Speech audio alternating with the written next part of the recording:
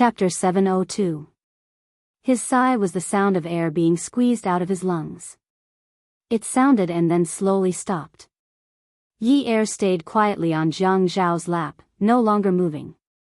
She just listened to Jiang Zhao's breathing, felt his warmth and touch, so carefully, so caressing. She hated her own sensitivity, hated her own cowardice. She didn't go to Yun Hongwei's body to say goodbye. She told him to cremate it and didn't have a funeral. She just set up a tombstone at the public cemetery and then brought Si Jia to kneel in front of Yun Hongwei's grave. She didn't say anything. She just told Si Jia, this is your father, always will be. Everything was so simple that it was as if the tragedy had never happened. Yi Er started to get busy. She was so busy that she ate and slept in the dance studio. Whenever she had a little free time, she would run to the television station. With her sharp and capable appearance, no one could tell that this was a woman whose father had just passed away. Yi Er's only free time was to pick up Si Jia on Friday afternoon and then take him out for a big meal. When they were tired from playing, she would take Si Jia to a hotel and treat it as a vacation. This time, Jiang Zhao didn't rely on Yi Er like last time.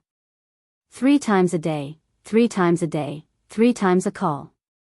He just asked if she was busy, if she was tired, if she had eaten, when she was going to sleep, and then said goodnight to each other. Brother, why don't I go talk to sister-in-law and then tell her that we have to eat at home? Then she can't hide from you. Jiang Zhao stood in front of his desk, bent over, looking for something in the pile of documents on the table. He seemed to be teasing him. Fian, the weather is getting hot. Your swimming product is also in peak season. When are you going to treat me to a meal? Qin Fian looked at Jiang Zhao, who didn't answer his question, and shook his head. He sighed. Brother, what are you guys doing?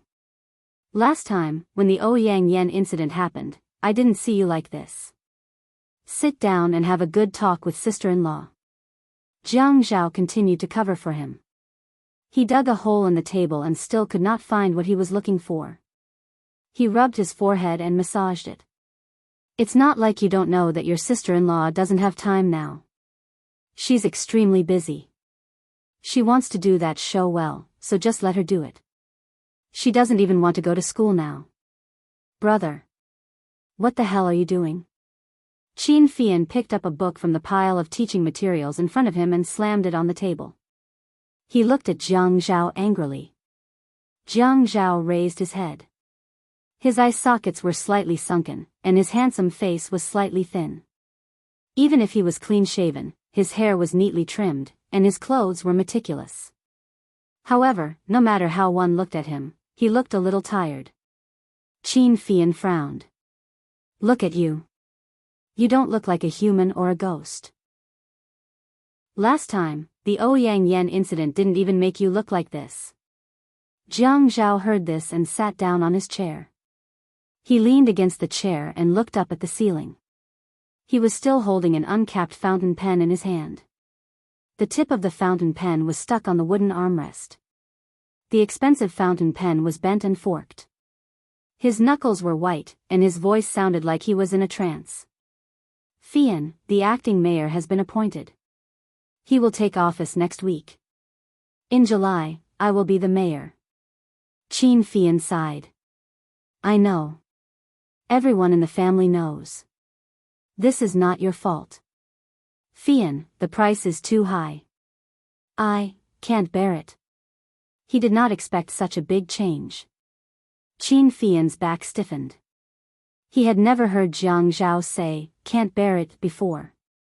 He could not imagine what it was like when Jiang Zhao said, can't bear it. Brother, some things are out of your control. It's useless to blame yourself.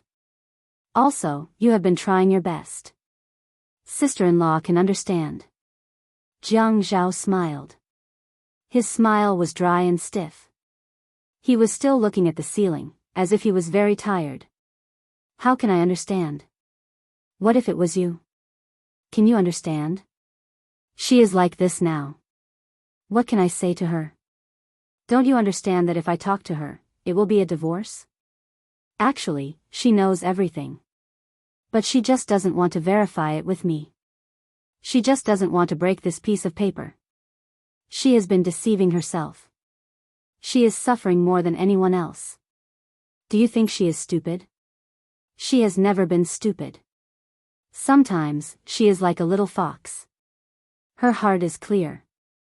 Ichen asked me to invite you to the top floor of the Garden Hotel to sunbathe and drink tea. The weather is good now. It's almost time to get off work. Let's go together. Jiang Zhao stood up. That's good too. Let's go out and sit. Wait for me to get Li Ran to tidy up here. Let's go together. Jiang Zhao came out of the building and bumped into Zhou Li, who was dressed elegantly and beautifully. Jiang Zhao? Yes. Jiang Zhao could not be friendly to Zhou Li. He just responded faintly and then took a step back to distance himself from her. Qin Fian stood to the side and did not greet Zhou Li. Jiang Zhao, where are you going? I have something to talk to you about. Yes, I have something to do. Why are you looking for me? He knew that it was impossible for Yi Er to stay with Zhou Li. Moreover, the bodyguard kept reporting Yi Er's whereabouts. Yi Er did not like Zhou Li either. Zhou Li looked at Qin Fian awkwardly. Qin Fian pouted. He pouted. He shrugged and tactfully retreated. He went to the parking space and got into the car. Zhou Li watched Qin Fian leave and then looked at Jiang Zhao. Even though she was wearing high heels, there was still a big difference in height between her and Yi Er. Therefore, when she looked at the tall Jiang Zhao, she felt a little tired. Especially Jiang Zhao's aura, it always made her feel incomparably oppressed. Jiang Zhao, I want to apply for a spa card recently, but Yi Er is unwilling to give me money. I haven't traveled in a long time. You know, I don't have a job. You want cash? Jiang Zhao asked directly. You want to give me a card? Zhou Li's eyes suddenly lit up. Give me your card number and I'll transfer it to you. Jiang Zhao only wanted to send Zhou Li away quickly.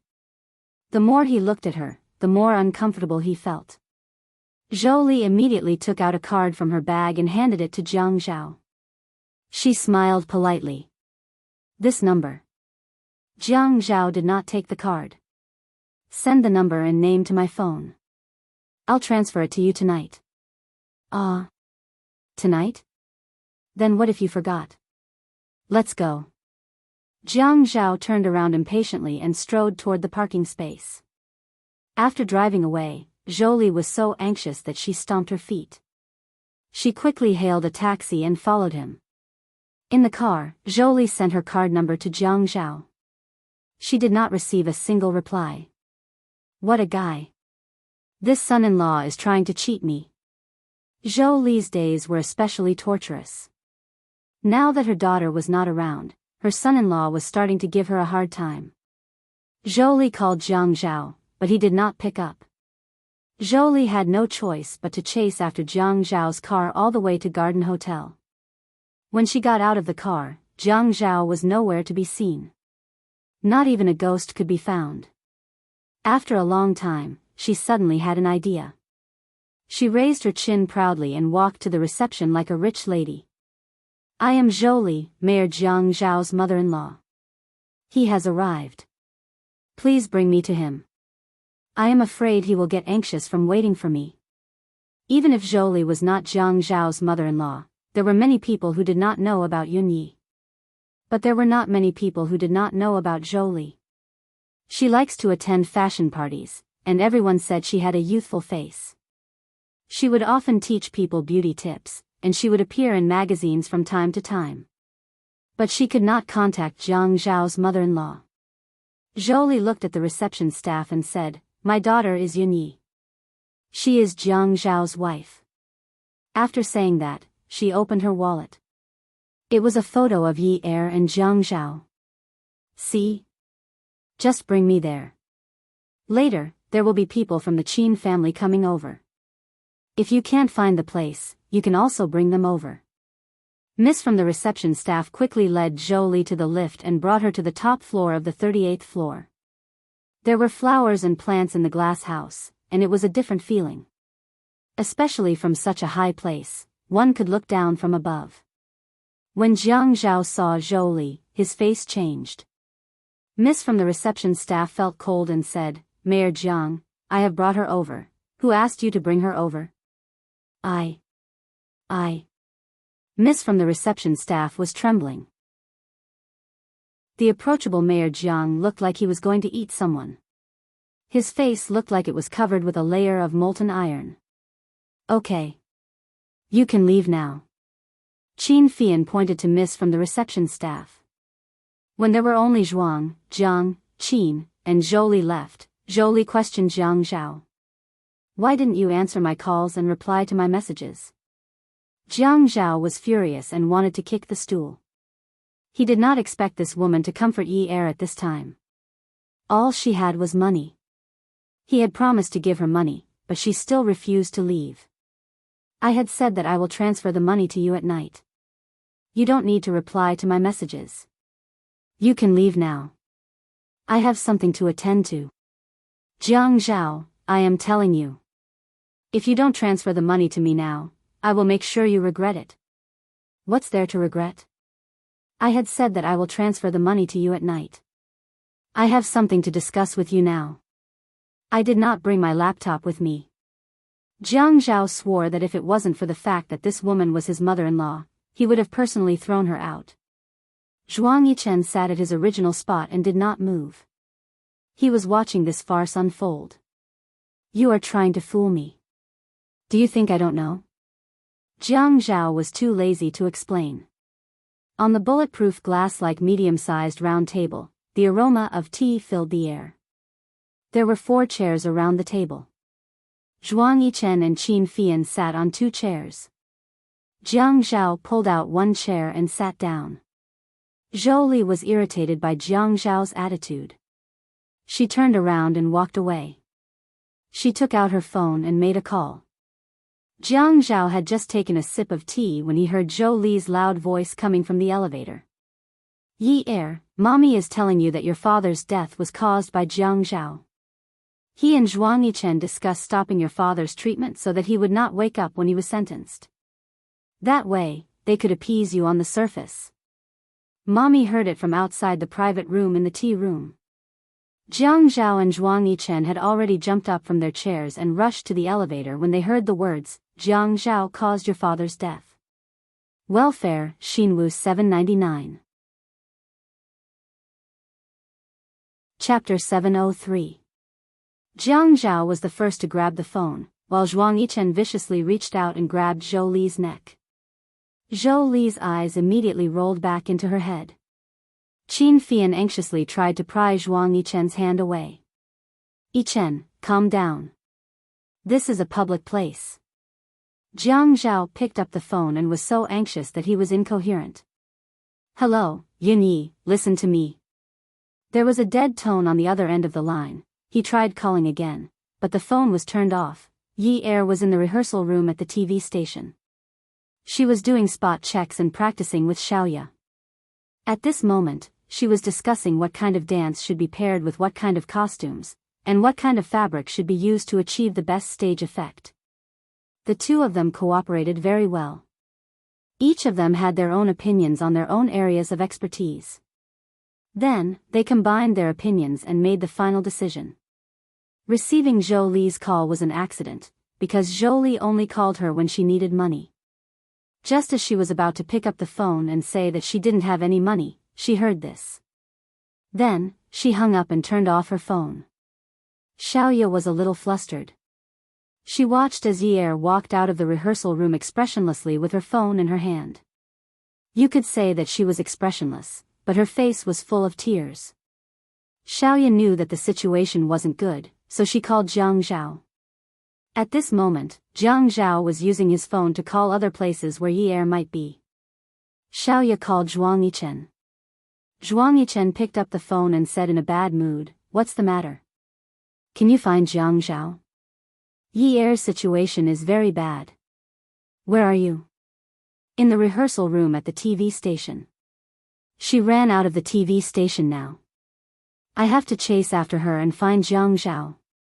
I have to get her to contact me." Okay, then hurry up. Where's her bodyguard? It was the rehearsal room just now. The bodyguard isn't inside. Hurry up and tell him to follow you. All right. Xiaoya liked to wear high heels because she wasn't as tall as Yi Er. Wearing high heels made her look like a queen. She liked that feeling, but chasing someone in high heels didn't make sense at all. She kicked off her shoes and chased after Yi Er, who was running towards the parking lot. Yi Er knew what he was thinking about during this period of time.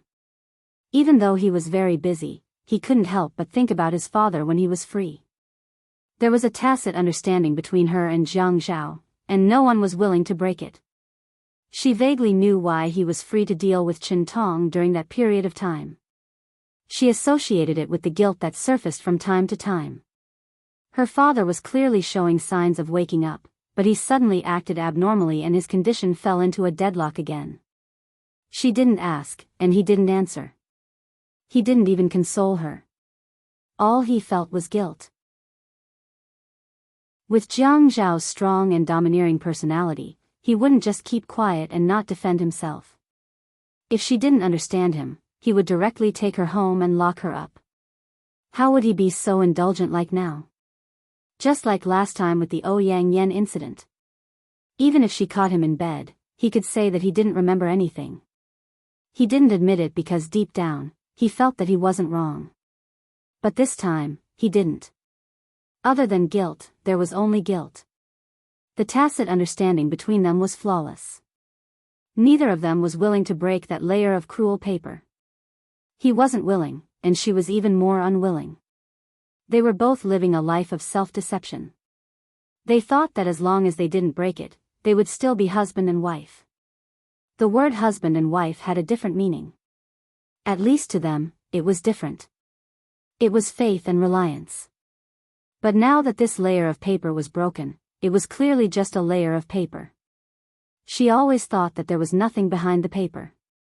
But when she broke it, she realized that what came out was blood and viscous. She never wanted to admit that her father's death had something to do with Jiang Zhao, even if her father was a burden to Jiang Zhao. One was the man she loved the most, and the other was her father. Who was she supposed to choose? TMD. God must be blind to let her do such a multiple-choice question. Yi Er bit her lips so hard that they bled. The clothes on her chest were wet from the water dripping from her chin, but she didn't make a single sound. She wished that the cries she had swallowed at this moment were all poison that could rot one's intestines and stomach. Qin Fian chased after Jiang Zhao and realized that Zhuang Yichen didn't follow. He turned around and felt that something was wrong. He was worried about Jiang Zhao, so when he ran towards Jiang Zhao's car, he called Zhuang Yichen's cell phone. Yichen, what do you want? Zhuang Yichen's voice was as cold as a knife. You haven't even finished your tea. Do you think it's so cheap to book a glass room for a day? I never spend money for nothing. Qin Fian heard Zhuang Yichen's voice and suddenly had a bad feeling. Zhuang Yichen had always been ruthless. He could even deal with his biological father and half-brother without frowning, let alone a woman like Zhou Li who had nothing to do with him. But Zhou Li was Yi Er's mother, and today she came to look for Jiang Zhao. Yichen, Zhou Li is my sister-in-law's mother. I'm just drinking tea. Don't tell me about your family matters. I'm not interested. Zhuang Yichen hung up the phone. He was still in the glass room, at the edge of the corner of the building. He put his hands on the glass railing and looked down. There were ants in the building. Jiang Zhao had been in a bad mood recently. He could guess the reason even if Jiang Zhao didn't say it. After Yun Hongwei's death, Yun Yi didn't return to Ninth Mansion. At first, he didn't believe it, but later, he investigated and found out that Yun Yi ate and lived in the dance studio. She also stayed in a hotel when she picked up her brother on weekends. As a person in the situation, he knew what was going on. Logically speaking, he was also responsible for this matter. He didn't feel anything about Yun Hongwei's death. He didn't need to feel sad for someone who had nothing to do with him. But he never expected that Zhou Li would overhear their meeting in a place like the tea room. Yun Hongwei only stopped the treatment and suddenly died in a short period of time. This was an outcome he didn't expect. After his death, the forensic doctor also did an autopsy. The medication was normal and it wasn't due to lack of oxygen. Then it must be a natural death. After you heard my conversation with Jiang Zhao, who did you tell? Zhuang Yichen didn't turn around and asked calmly. I didn't. Zhou was afraid of Jiang Zhao at first, but after she found out that Jiang Zhao cared a lot about Yi Er, she started to become arrogant. She was actually a person who knew how to observe people's expressions. Just like now, Zhuang Yichen didn't even turn around to look at her. He only asked her in a calm voice. She could also feel the knife rolling under the waves, about to break through the wind and slash at her. No. But I found out that the person who entered Yun Hongwei's room on the day of his death was you? Zhuang Yichen turned around and leaned against the huge glass. His body seemed to be embedded in the sky, and he looked even more powerful. What he said was pure nonsense, but he liked to hear people's uncertain answers. He used a strong and firm method to force the other party's psychological defense to collapse. Moreover, his aura was at its peak now. To him, dodging and stammering were all signs of something fishy. I didn't. I really didn't. Zhou didn't dare to look at any of Zhuang Yichen's expressions. Even if Zhuang Yichen had a rare smile on his face, that smile was faintly discernible. It was better not to have it. At least, it wouldn't make people feel that even if he smiled a little, there was a sharp edge to it. It would make people feel that he was sinister. Then let's go and check the surveillance footage together. As Zhuang Yichen spoke, he stood up straight and straightened his collar. He raised his domineering chin, raised his eyebrows, and smiled. Thousands of flowers bloomed. Zhou Li's legs turned to jelly. She immediately held onto the flower stand beside her. Her hands were covered in mud as she looked timidly at Zhuang Yichen. President Zhuang, I definitely won't expose you. I won't. I promise, I didn't say these words to anyone. No one will cause trouble for you. Zhuang Yichen leaned forward and smiled. His lips were extremely thin. He gritted his teeth and said, but you still told others. Zhou Li suddenly sat on the ground.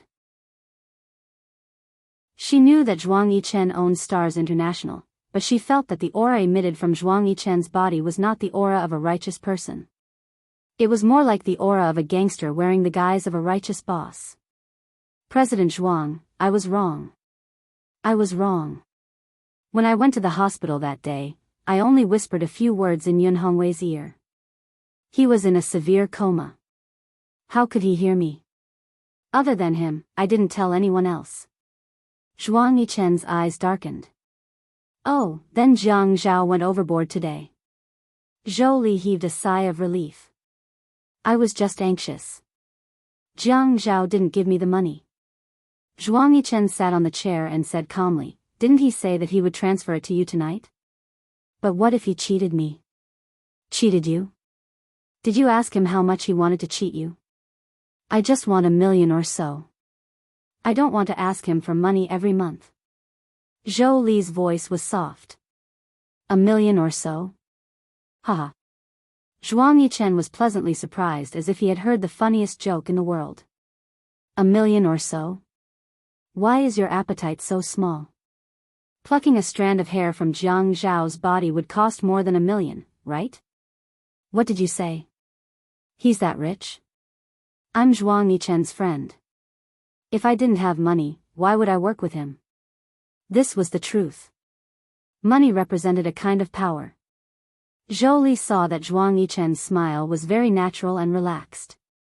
I see. Thank you for telling me this. I'll tell him tonight. I'll call Yi Er now and tell him that I was talking nonsense. Zhuang Yichen slowly turned his head and sighed as if it was a pity. But, no one in High City knows that Jiang Zhao and I are friends. Zhou Li noticed that Zhuang Yichen's way of speaking was very strange. So secretive. The man's smile became more and more sly. Of course, this is a secret that can't be told. Then why are you telling me? Zhuang Yichen shrugged. I might as well tell you more. For example, the peerless beauty, the biggest and most high-end gambling den in High City, is mine. You probably don't know that there are 4 other underground casinos in High City, right? Those are places where you can make a lot of money every day. 2 of them are mine. The one that Ouyang Xing sold was also swallowed by me. I now have 3 casinos, and these things can't be handled by me alone. Jiang Zhao has a share in helping me, and Zhou suddenly felt that the situation was very bad. She hurriedly covered her ears and sat on the ground, trembling in fear. President Zhuang, I beg you. Please don't tell me. I don't want to hear any more. I don't want to know any more. I don't want to hear any more. I didn't hear anything. Awesome novel, Songshu 566. Chapter 704. But you already know so much. Zhuang Yichen leaned his elbow on the armrest of the chair. His body was slanted, and his fingers were spread open to support his forehead. He looked at the woman on the floor who was begging for mercy as if he was looking at a clown. I'm an inhumane person. I don't recognize my family, and I put my interests first regardless of whether I'm friends or not. Keeping you alive is really a scourge. Zhou Li's body suddenly turned cold. Was Zhuang Yichen trying to kill her? At this moment, she regretted coming to look for Zhuang Yichen. She was sure that Zhuang Yichen wouldn't do anything to her. Who knew that she would bump into Zhuang Yichen's gun? She never knew that this person could be so ruthless when he spoke. No, Zhuang Yichen. If you keep me alive, I promise that I won't cause you any trouble. Zhuang Yichen smiled and stood up. All right. You're already so old. I believe that you still have some credibility. But let me warn you, if you report me, you'll only die faster. How can you shake my power in such a short time? Also, if there's any movement on your side, I'll be the first to know. After he finished speaking, Zhuang Yichen walked away. Zhou Li only woke up from her dream when she heard the ding of the elevator in the distance. Zhuang Yichen left? At this moment, she couldn't think of anything else. She got up and ran away. Zhuang Yichen returned to the car. His hands were on the steering wheel, and his lips were pursed into a cold smile. Just as Yi Er started the car, Xiaoya caught up with him. After she got into the car, she quickly pulled out the car key, held it in her hand, and locked the door. Yi Er couldn't get out of the car. He anxiously climbed to the front passenger seat and tried to snatch the key from Xiaoya's hand. Xiaoya was considered petite compared to Yi Er. She was pinned down by Yi Er and couldn't fight back at all. Xiaoya. Give me back my keys. Xiaoya laughed shamelessly. Yo, Yun Yi. How dare you call me by my name? Don't you know that I'm older than you? Call me big sister. Yi Er was already upset, but Xiaoya made him even angrier. He had nowhere to vent his anger, so he scolded, Damn you. My sister is at the TV station. I'll call her down later. Call me big sister. Sister fart. Give me back my keys. You want to die? Do you want to die? If you want to die, I'll buy some sleeping pills for you later. I'll find 50 people to go from house to buy them. I'll buy enough to kill you. Xiaoya didn't know how to persuade people like ordinary people. She was as vicious as she could be. Come. You sit in the front passenger seat. I'll take you to commit suicide. Damn it, I'll take you to the top of the tallest building in Haicheng today. If I don't let you die happily, I'm not your sister. Who wants to die? You're the one who wants to die. She was really defeated by this damned woman. When did she say that she wanted to die? The women who played together all had a strong personality.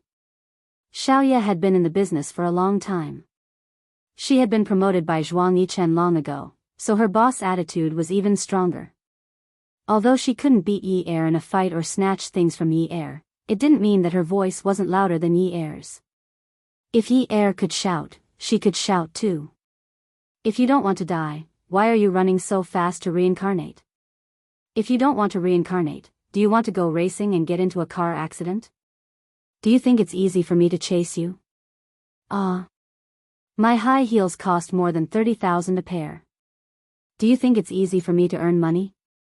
Using a man's money is something that I worked hard to earn. You have to pay for my shoes. Yi was immediately rendered powerless by Xiaoya's unreasonable and pestering skills. She needed to help Xiaoya. She needed to vent and her face was full of tears. What was this woman talking about? Stop talking nonsense. Scram. Scram to where? Where are you telling me to scram to? My feet are injured because of you. If I wear a pair of shoes that cost 30,000 a pair, how many pairs of shoes that cost 30,000 a pair will I have to wear in my lifetime? This is a pair of F*King expensive feet. Now that you've injured my feet, you have to pay for it. Xiaoya Jia Yi was sitting on Xiaoya's lap and suddenly started crying. When she cried, her shoulders shook violently. Xiaoya Jia, bring me to bungee jumping. You can drive. Okay? Xiaoya originally wanted to fight to the death with Yi, but her heart suddenly softened. I'll drive. You can sit here. Before their car could leave the TV station, it was blocked by Jiang Zhao's car, followed by Zhuang Yichen's car. This time, Zhuang Yichen got out of the car faster than Jiang Zhao. He opened the car door, bent over, and said in a deep voice, "Your father's death was caused by your mother. Your mother has something to do with your father's death. You can confront her." Yi was stunned on the spot. She tilted her head and looked at Zhuang Yichen. What did you say? Your mother personally admitted to me that she was there on the day of your father's death. Your father must have been overly agitated, but his body was cremated long ago. At the time, we didn't investigate in detail, so we can't find anything now. But you can confront her immediately. Jiang Zhao was standing next to Zhuang Yichen, so he heard everything clearly. He opened the door to the back seat and sat in it. Xiaoya, please drive. If it was really Zhou Li, then shouldn't the barrier between him and Yi disappear? Yi took a deep breath. The tears on her face seemed to have dried up instantly. Even her voice was no longer trembling. Xiaoya Jia, please drive. I'll tell you how to get there. So the person who killed her father was Zhou Li. This was easier for her to accept. She rejected that answer from the bottom of her heart. Because of this, she didn't dare to face it. Now that someone was willing to testify, she was willing to accept that everything had nothing to do with Jiang Zhao. And Jiang Zhao seemed to have suddenly grasped at a life-saving straw. He sat in the back seat and didn't make a sound. Inside the house, Zhou Li was confronted with the aggressive questioning of several people. She suddenly realized that she was in a very difficult situation. If she admitted to it, then she would lose Yi forever. She knew that Yi favored Yun Hongwei. If Yi didn't support her, then Jiang Zhao definitely wouldn't care about her anymore.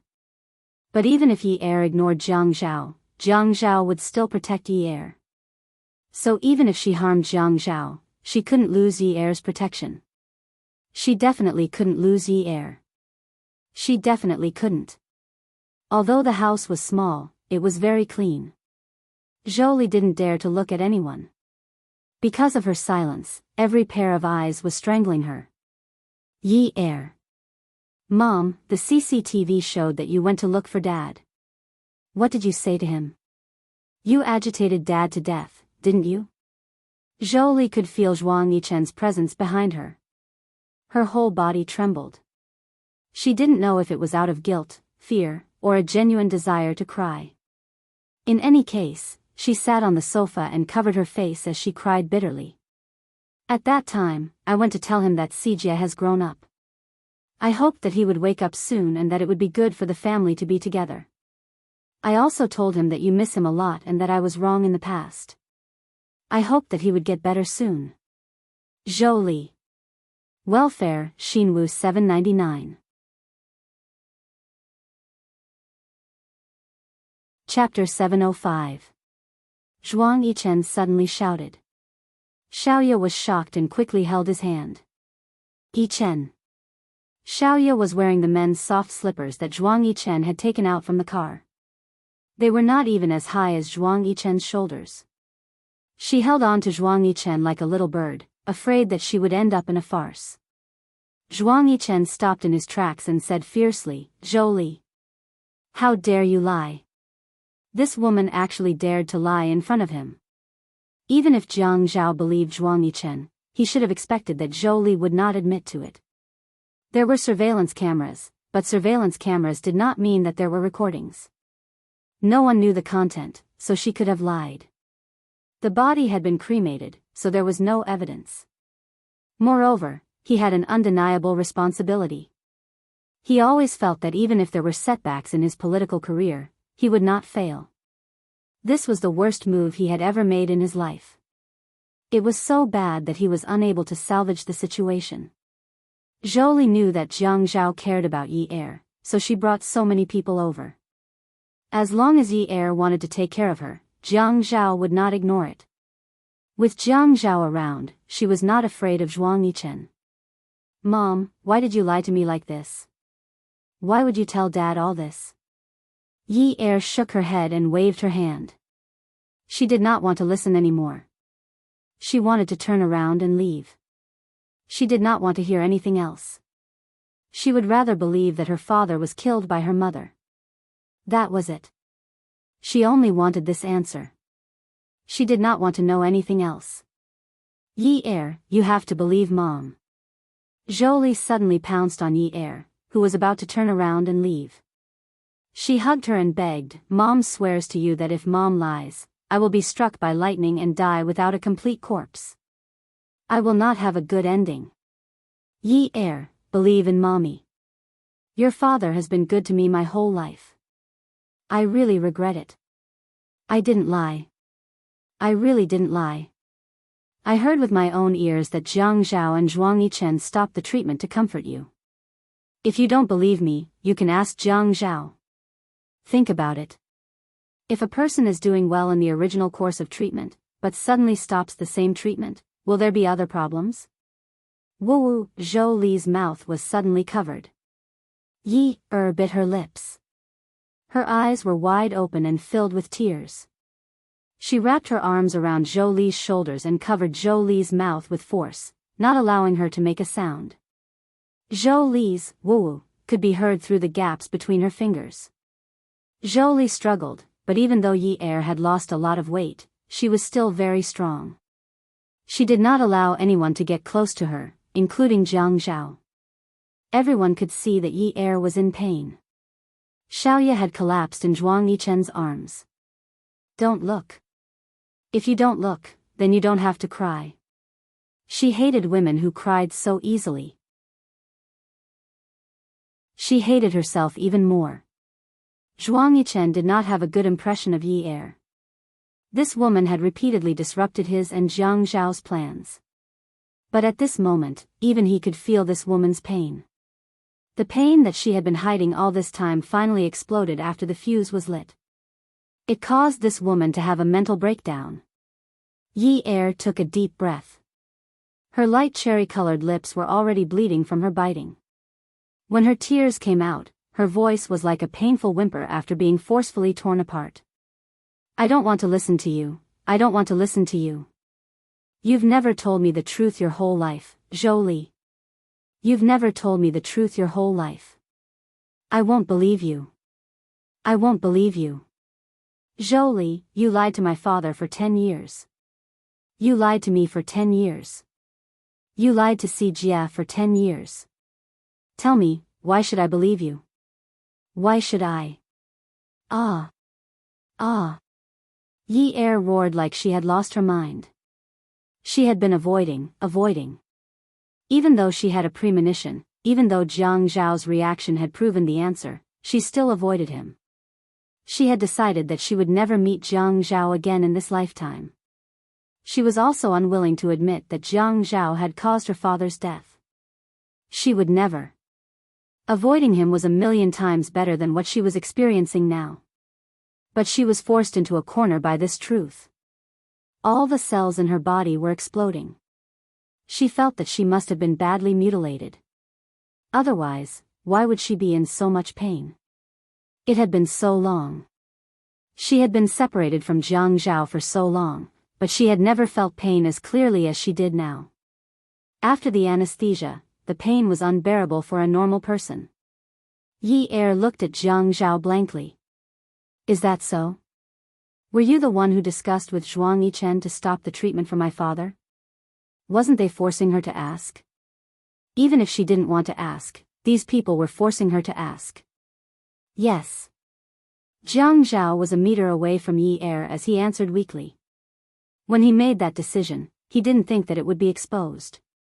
But he couldn't lie to her and say no. Yin Yi, I'm sorry. I didn't think that there would be such a consequence. I don't blame you. You have your own difficulties. Yi Er shook her head. She spoke softly, closed her eyes, and looked up. After a while, when the atmosphere seemed to have calmed down, Yi Er suddenly screamed, "Ah!" Her tears gushed out again.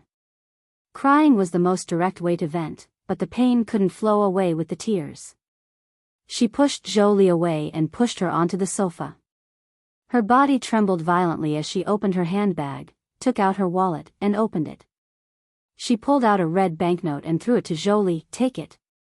Your favorite. I'll give it all to you. She took out the card inside and threw it at Jolie. As she threw it, she twitched and cried bitterly. Take it. I'll give it to you. This is the money we got from selling our last villa. I couldn't bear to spend a single cent.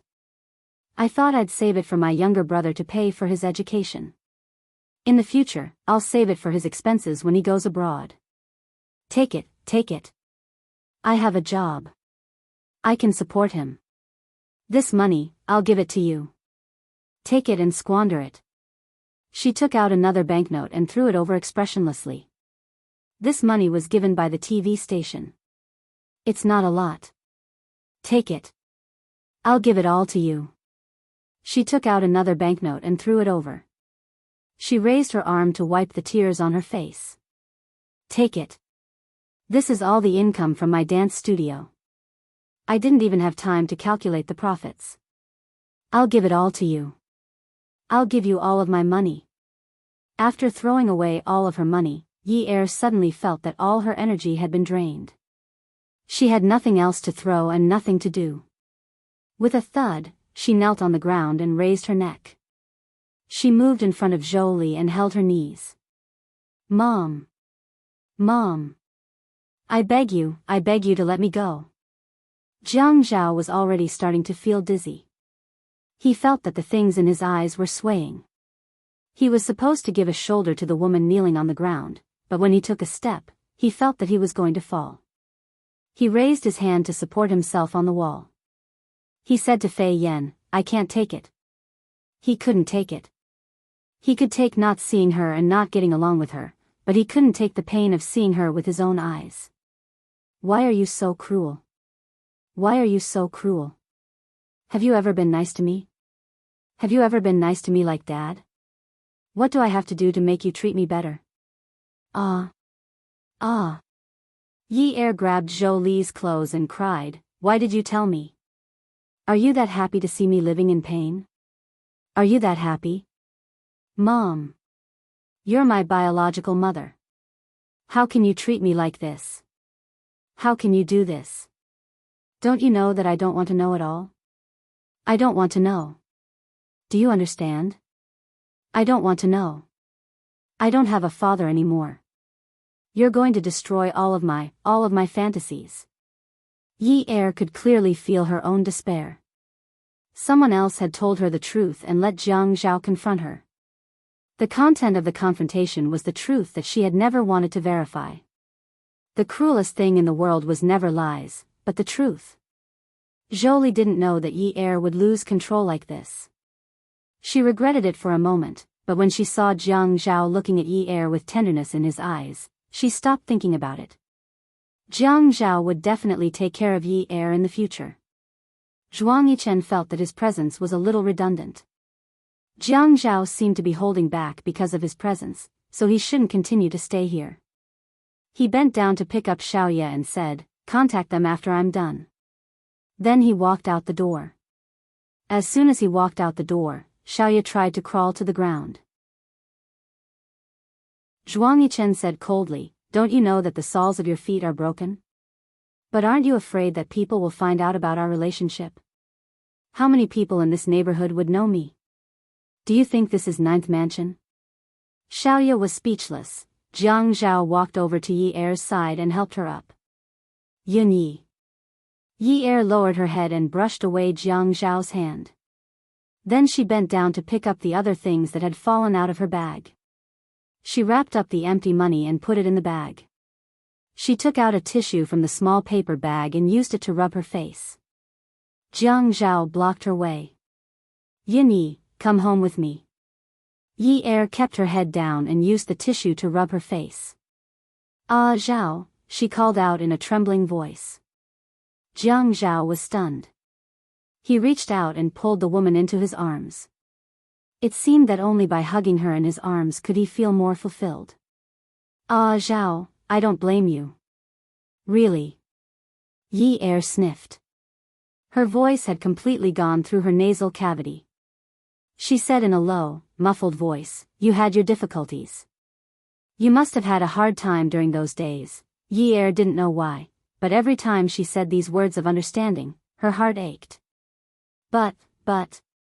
Her hand rested on his chest and happened to touch his lips. She bit down hard, trying to use the pain here to cover the pain in her heart. "But ah, Zhao, I can't say that Dad's sacrifice was worth it. I know that Dad deserved it. I know that you're suffering, but I can't say that Dad deserved to die. I really can't say it. I can't think that way in my heart." Do you know, it wasn't that Jiang Zhao didn't understand Yi Er's despair, but there was nothing he could do. He stroked Yi Er's hair and said, "Yun Yi, I know. I know that I didn't do a good job. I made you unable to forgive me even if you wanted to. Let's go," Yi Er said plainly. "I don't want to come here anymore." She wasn't the most upset about having such a mother. She was the most upset that he had something to do with her father's death. The most upset was that Jiang Zhao admitted that he had something to do with it. No one was willing to lie to her. "Okay. Ah, Zhao, let's get a divorce. I don't want anything. You've given me too much. We can talk about anything other than divorce. We can live separately.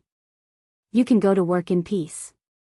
I'll take care of Sijia. Hey, I'm going to move my things tonight.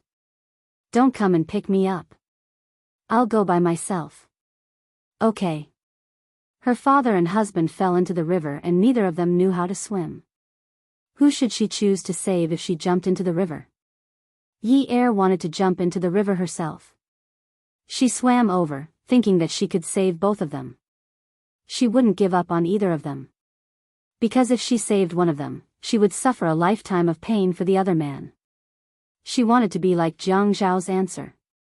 She wanted to carry one and hug the other.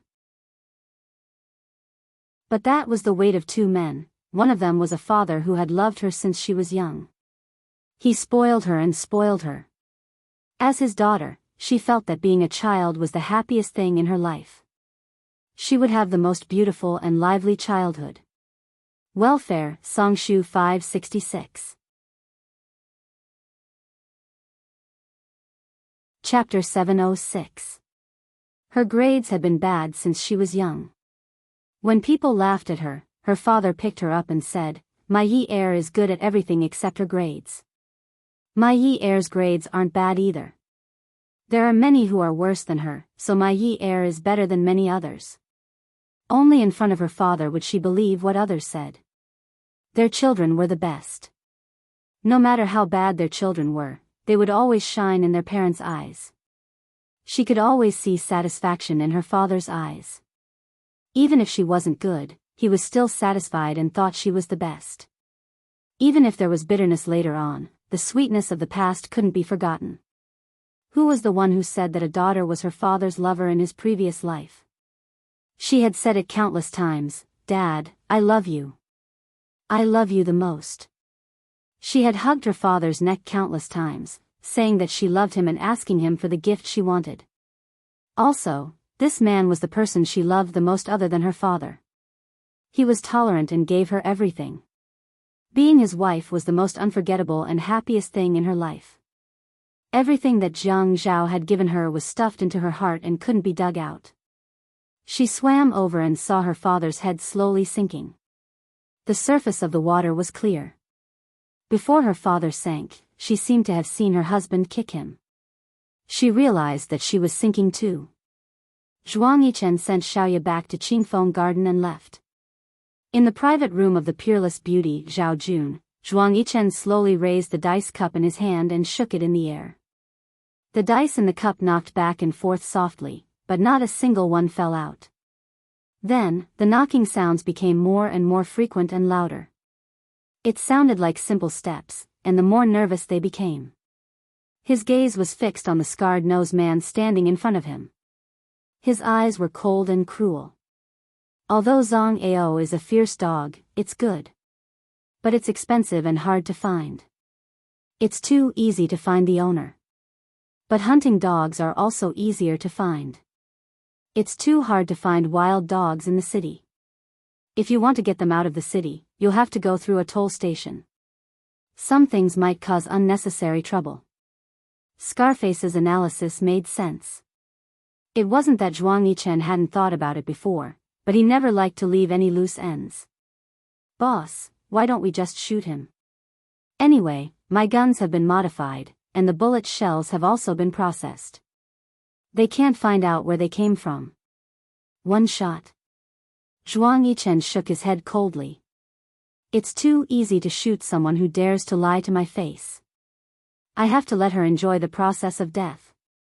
Thinking of Zhou, Zhuang Yichen regretted his sudden benevolence.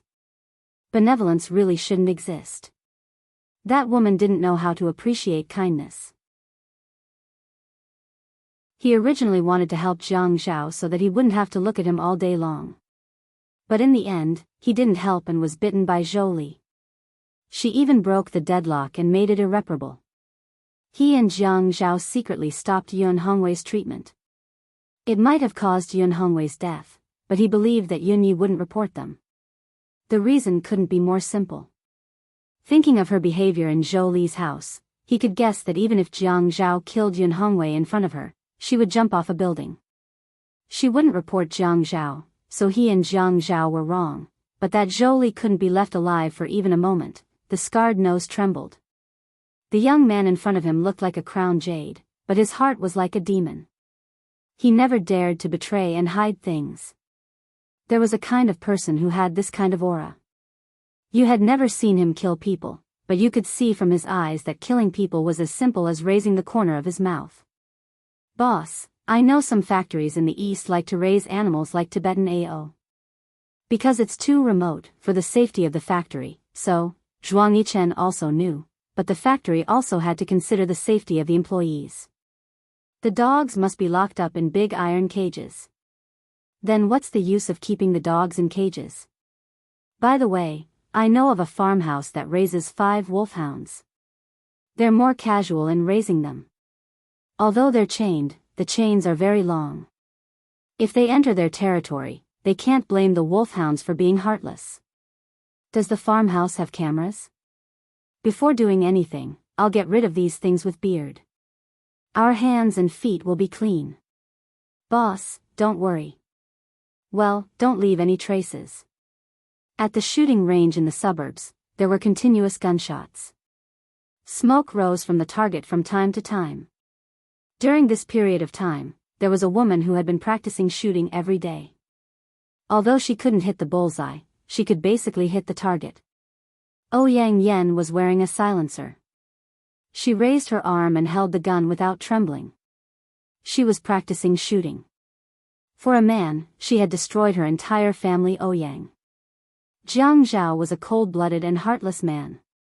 He never cared about old friendships. It was all because of her that her grandfather was still in prison at such an old age. Her uncle's future was also ruined. She called her brother to ask for help. Jiang Zhao was also a cold-blooded and heartless man. He actually said that when he drugged Jiang Zhao, he had warned him that Jiang Zhao would take revenge. She only had herself to blame for everything. Jiang Zhao, this man was too hateful. He had destroyed her entire family. Ouyang. She couldn't have him in this lifetime. Since she couldn't have him, then she would kill him. No one else could have him. She wanted to kill that man for her grandfather. How frightening was it for a person to go crazy with a single thought? The moon was like a plate. The night clouds were like cotton. Yi Er's car drove into Ninth Mansion. She had parked her car at the entrance today. She wanted to walk over slowly. The neighborhood's greenery took up a lot of space, so it would take some time to walk over. The bodyguard followed behind her. The distance between them didn't affect her mood. She originally thought that she would think of something, but her mind was filled with dark images. She couldn't think of anything. At her level, this was probably the only thing she could do.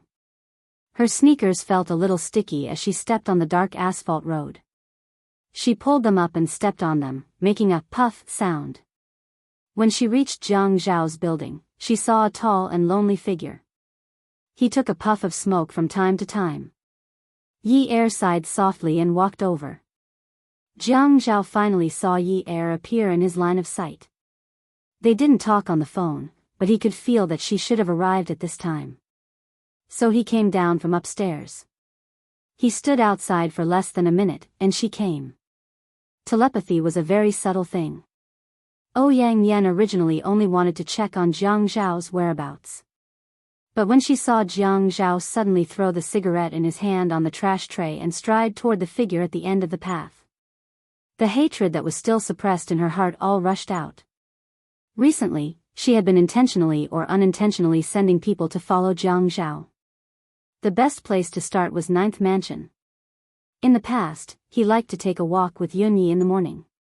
He would also go out for a walk at night. There were too many people at work. Her marksmanship wasn't that accurate. If she wanted to kill this vicious man, she had to take advantage of when there were fewer people. Kill Jiang Zhao. She was more determined than to kill Yunyi. Yunyi. Over here. Jiang Zhao saw Yi Er quicken her pace and couldn't help but wave at her happily. At this moment, he was like a man waiting at home for his wife to come home. He was a little anxious. This scene was like an illusion. Yi Er couldn't help but laugh, but she laughed so hard that her nose started to ache. It was a natural hug. Yunyi, don't go, okay? We'll live here. You live upstairs, and I'll live downstairs. Ah Zhao, let me be alone for a while. Okay. You can be alone for a while. I won't disturb you, and I won't call you, but... Jiang Zhao hesitated for a moment. But Yunyi, we're not divorced. You can't. You're still my wife, okay? Yi Er was very tall. At this moment, she was being hugged by Jiang Zhao. She stood on her tiptoes, and her chin was hanging on Jiang Zhao's shoulder. A figure suddenly stood up from the hill like flowers. Under the night light, the muzzle of the gun was pointed directly at Jiang Zhao's back. There was no time to shout. The gun seemed to have been loaded a long time ago, and it stood up only to shoot. Yi Er's pupils dilated. Instinctively, she didn't have time to think. As soon as the word danger left her mouth, she hugged Jiang Zhao tightly and fell to the left to avoid the muzzle of the gun. As she spun, she had already exchanged positions with Jiang Zhao. In the process of falling to the ground, she successfully dodged the first bullet. Ouyang Yan didn't care if the first shot missed or not. She kept shooting. She was determined to kill Jiang Zhao. After practicing with a gun for so long, she had long treated Jiang Zhao as a target. She knew that her marksmanship was not good, so she thought that she had to shoot continuously. Therefore, when Yi Er hugged Jiang Zhao and dodged the first shot, the second bullet almost followed. She didn't expect it. The pain on her back finally suppressed the pain in her heart. When Jiang Zhao heard the gunshot and the word danger, he had already been turned around by Yi Er. This time, it only took 2 to 3 seconds. Jiang Zhao's heart trembled. He threw the phone in his hand at Ouyang Yan's hand. It hit, and the muzzle of the gun was crooked. Taking advantage of this time, he flipped over and jumped up. He raised his leg and kicked Ouyang Yan's gun to the ground. In just a short 10 seconds, the bodyguard rushed over, but it was already too late. He could only restrain Ouyang Yan. I told you to protect her safety. Why are you so far away from her? Jiang Zhao's eyes were red, and his eyes were about to crack. I saw you guys, so I didn't want to disturb you. I thought that if you were here, it would be fine. The bodyguard's explanation made Jiang Zhao's legs suddenly go weak. He was here. Call an ambulance. Hurry. Jiang Zhao sat on the ground. He didn't dare to move Yi Er at all. He knew that he couldn't move. He only held her hand. Yin Yi, I'm here, I'm here. Ouyang Yan was still shouting something, but he didn't hear it clearly. He just didn't dare to move Yi Er. He sat on the ground and said to the bodyguard, let her go. Let her go? The bodyguard was stunned. She should be handed over to the police. Jiang Zhao said fiercely, let her go. I said let her go. Why aren't you getting lost? Jiang Zhao said fiercely to Ouyang Yan, who had already been released by the bodyguard. The wait for the ambulance was long. Jiang Zhao asked the bodyguard to bring his phone over. He only sent a few simple words. I want Ouyang Yan to die. Die without a complete corpse. When Zhuang Yichen received Jiang Zhao's message, he held his forehead. What kind of provocation did young Master Jiang suffer? He actually dared to tell him to kill someone in public? The bag of blood plasma was hung on the forestand. It flowed along the tube, through the needle hole, and into the woman's slender blood vessels. The color was so red that it was a little dark. It was red like hope, and black like despair. Jiang Zhao lay on the ground of the ambulance. He held the woman's hanging hand in his palm and placed it over his heart. Beauty novel, Songshu 566. Chapter 707. Yi Er's lips were a little green and dry. The gunshot wound was on her back. She was lying on the bed with her head propped up on the side of the bed. Her hand was still nestled in his chest. She looked at him lying on the ground, looking at her, watching the tears in his eyes flow out. Her back was still wet. Other than the pain, she could also feel something wet flowing on her skin. Her hand was held in the man's hand. She saw that he was afraid, so afraid that his lips were trembling. Yi Er was also afraid. She felt that her strength was almost gone. If it weren't for the man holding her hand, she would feel that her entire body was about to turn cold. She couldn't feel any warmth at all. In the past, when she placed her hand in his palm, she could feel the dry warmth. It was so reassuring. But now, it was all gone. It was disappearing bit by bit. Her senses were disappearing. She could not feel any warmth. Jiang Zhao, Yin Yi, don't talk. Let's not talk. We have blood. We have blood. Let's go to the hospital first. We'll talk when we get there. Just look at me. Don't sleep.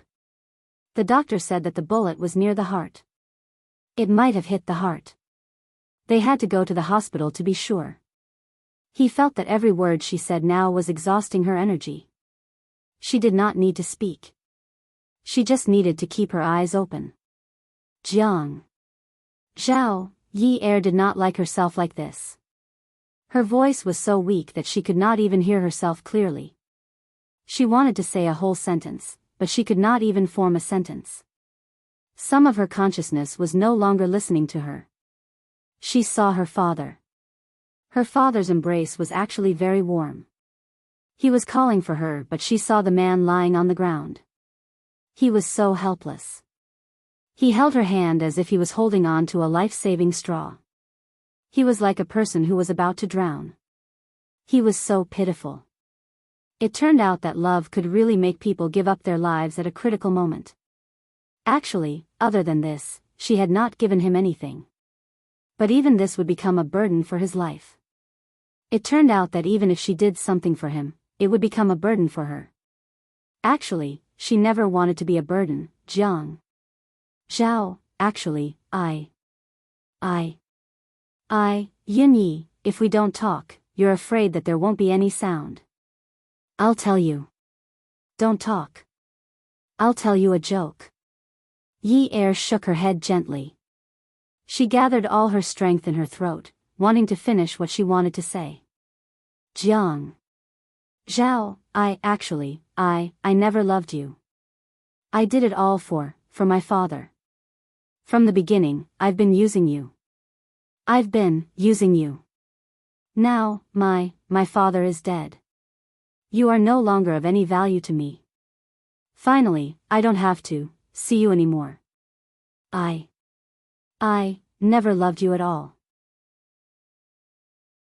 In order to get you to help my father, I had to go against my will to please you. You wanted my love, so I told you that I loved you. Whatever you wanted, I would give it to you. That was all because of my father.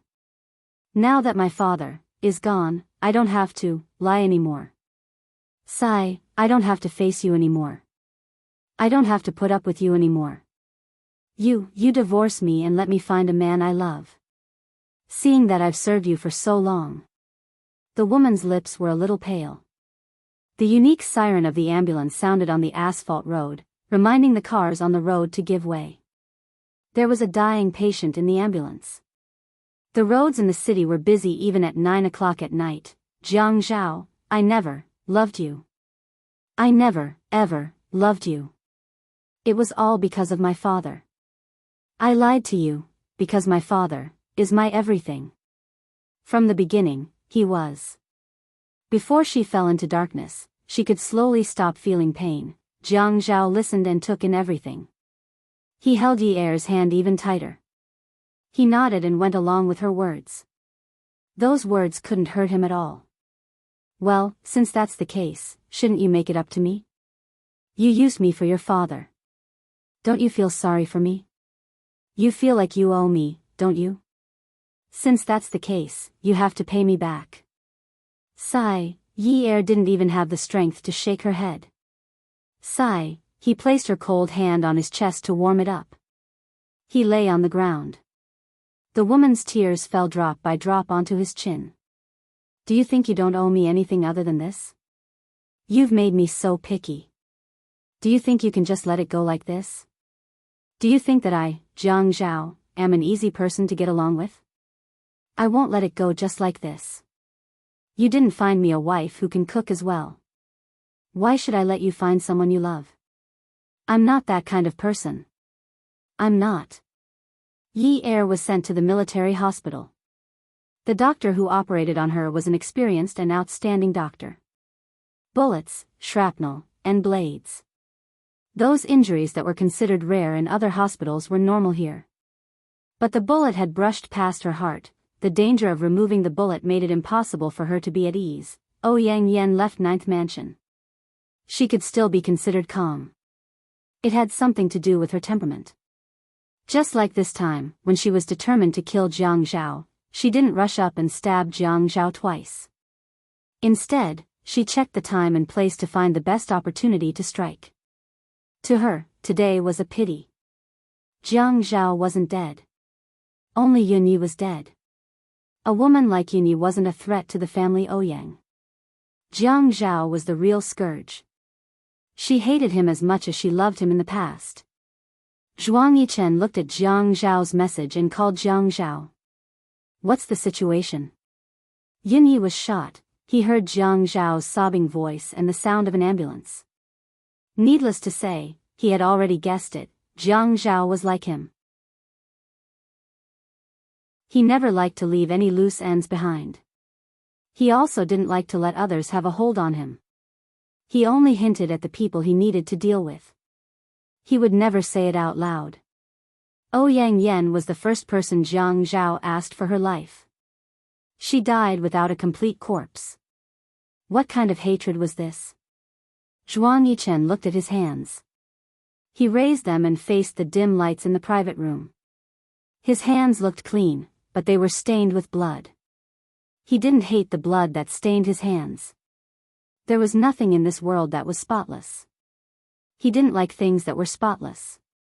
He liked things that had sharp edges and corners. What was the point of being pure or not? People were only human when they had deep-rooted bad habits.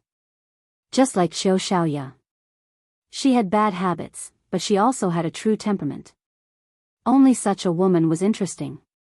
He clenched his hands and dialed a number on his phone. Scar, find some people with beard. We'll have some fun tonight.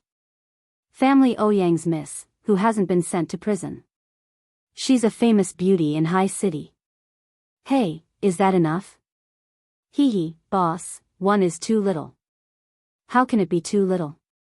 Play like you don't care about your life. If she can still move, don't move. It's a difficult task. Zhuang Yichen couldn't think of a way to help Jiang Zhao vent his anger. Therefore, people couldn't live too righteously. Jiang Zhao had come to this point because he cared too much about affection. Wouldn't it have been better if he had killed Zhou Li earlier? Wouldn't it have been better if he had killed Ouyang Yan earlier? Sure enough, there was a big difference between those who walked the righteous path and those who walked the unorthodox path. Zhuang Yichen concluded again that he was more suitable to walk the unorthodox path. Those who walked the righteous path were too shameless. Kill people again? Today's task seemed a little heavy, but the boss had instructed them to complete it. Otherwise, they wouldn't be able to move. How scary would that be? Okay, we'll definitely complete the task. Forget it. Throw a bunch of beggars at her. I think it's too easy for her to let you guys do her. Change of mind? Do as I say. Okay. Zhuang Yichen hung up the phone and thought about the day's matters one by one. He called Xiaoya again. Is your foot better? Yes, Uncle Li brought me the doctor from your side. I applied some medicine, but I don't feel much. Rest well and don't go out at night. Call me if there's anything. If I'm busy, call Uncle Li, don't go to nightclubs. Those places are not safe at all times. Okay, I got it. Good night. Good night. Zhuang Yichen's words were always cold. He never used a gentle tone. When he cared about someone, it was a little stiff. However, Xiaoya still felt some subtle changes. As the night deepened, the rhythm of the show became more and more thrilling. No one knew who they heard, but the beggars under the overpass quietly moved in groups of 3 to 5 like thieves. There was even a hint of joy on their faces. An old construction site was already covered with weeds. The developers were waiting for the property prices to rise before they started to dig the foundation. A wall was built here, and bricks and stones were scattered everywhere. When the cloth on Ouyang Yan's face was pulled off, she was so scared that she cried out, "Woo woo." Her mouth was gagged, and she shrank in the corner. The person who pulled off the cloth on her face was wearing a big brimmed hat and a pair of oversized sunglasses. He wore sunglasses in the middle of the night because he did not want anyone to recognize him. The night was so dark, and that person's face could not be seen at all. She only knew that it was a man. The reason she screamed was not because of the man, but because of the circle of beggars surrounding her. Their eyes were green, their clothes were ragged, their bodies were dirty, and their hair was long and dirty. Some of their hair was even tied together in knots, and their whole body was emitting a foul smell. The beggars chosen by Scar today were the dirtiest and ugliest. He did not want those with short hair who paid attention to their appearance and wanted money. Today's matter must be done to the satisfaction of the boss. He took out the video camera and pointed it at Ouyang Yan. The beggars were all low-level beggars who did not belong to any organization.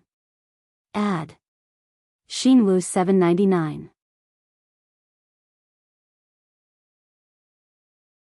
Chapter 708. These beggars were all men. They were gluttonous and lazy, or they begged for a living. If they really got money to satisfy their physiological needs, they could only go to the women who stood on the street for 10 or 20 yuan. When had they ever seen a miss from a rich family like Ouyang Yen? All of them rushed to pounce on Ouyang Yen as if they had taken stimulants. She didn't want to live anymore. She didn't want to live anymore. Was it Jiang Zhao? Was it someone sent by Jiang Zhao? This man. She wouldn't let him off even if she became a ghost. Jiang Zhao leaned in Qin Zhen's arms and wrapped his arms around her waist. He buried his head in her chest and cried silently. What time is it? He didn't dare to look at the time. He would rather interpret his feelings as a day passing like a year. He was willing to do so. Even if a day had passed, only a minute had passed. Qin Zhen hugged Jiang Zhao's head with both arms and nestled in her arms. Zhao Zhao, sleep for a while. The surgery will be over soon. Sister Zhen will be watching. Sleep for a while. Sister Zhen, you're not allowed to say that Yin Yi is bad in the future. You can't even think that in your heart. Okay, Sister Zhen swears to you that I won't say anything bad about Yi Er in the future. I won't even think that in my heart. Sister Zhen swears to you. Sister Zhen, I feel terrible, at this time. Perhaps he could only stay in his mother's arms to calm down. Jiang Zhao was already 30 years old. It had been a long time since he relied on his mother's arms like this. As a man, he always felt that he had the role of protecting his mother after he became an adult. However, at this time, he became a child again. He leaned into his mother's arms and wanted to seek a moment of peace. Sister Zhen knows. Zhao Zhao, Sister Zhen knows. Sister Zhen, Yin Yi is quite selfish. She's a very shrewd woman. It's normal that you don't like her. Which mother-in-law can stand her daughter-in-law being so shrewd? Jiang Zhao sighed and refused to raise his head. On the chair in the corridor, the mother and son were nestled together. Jiang Zhao was tall and big, so he sat further away from Qin Zhen.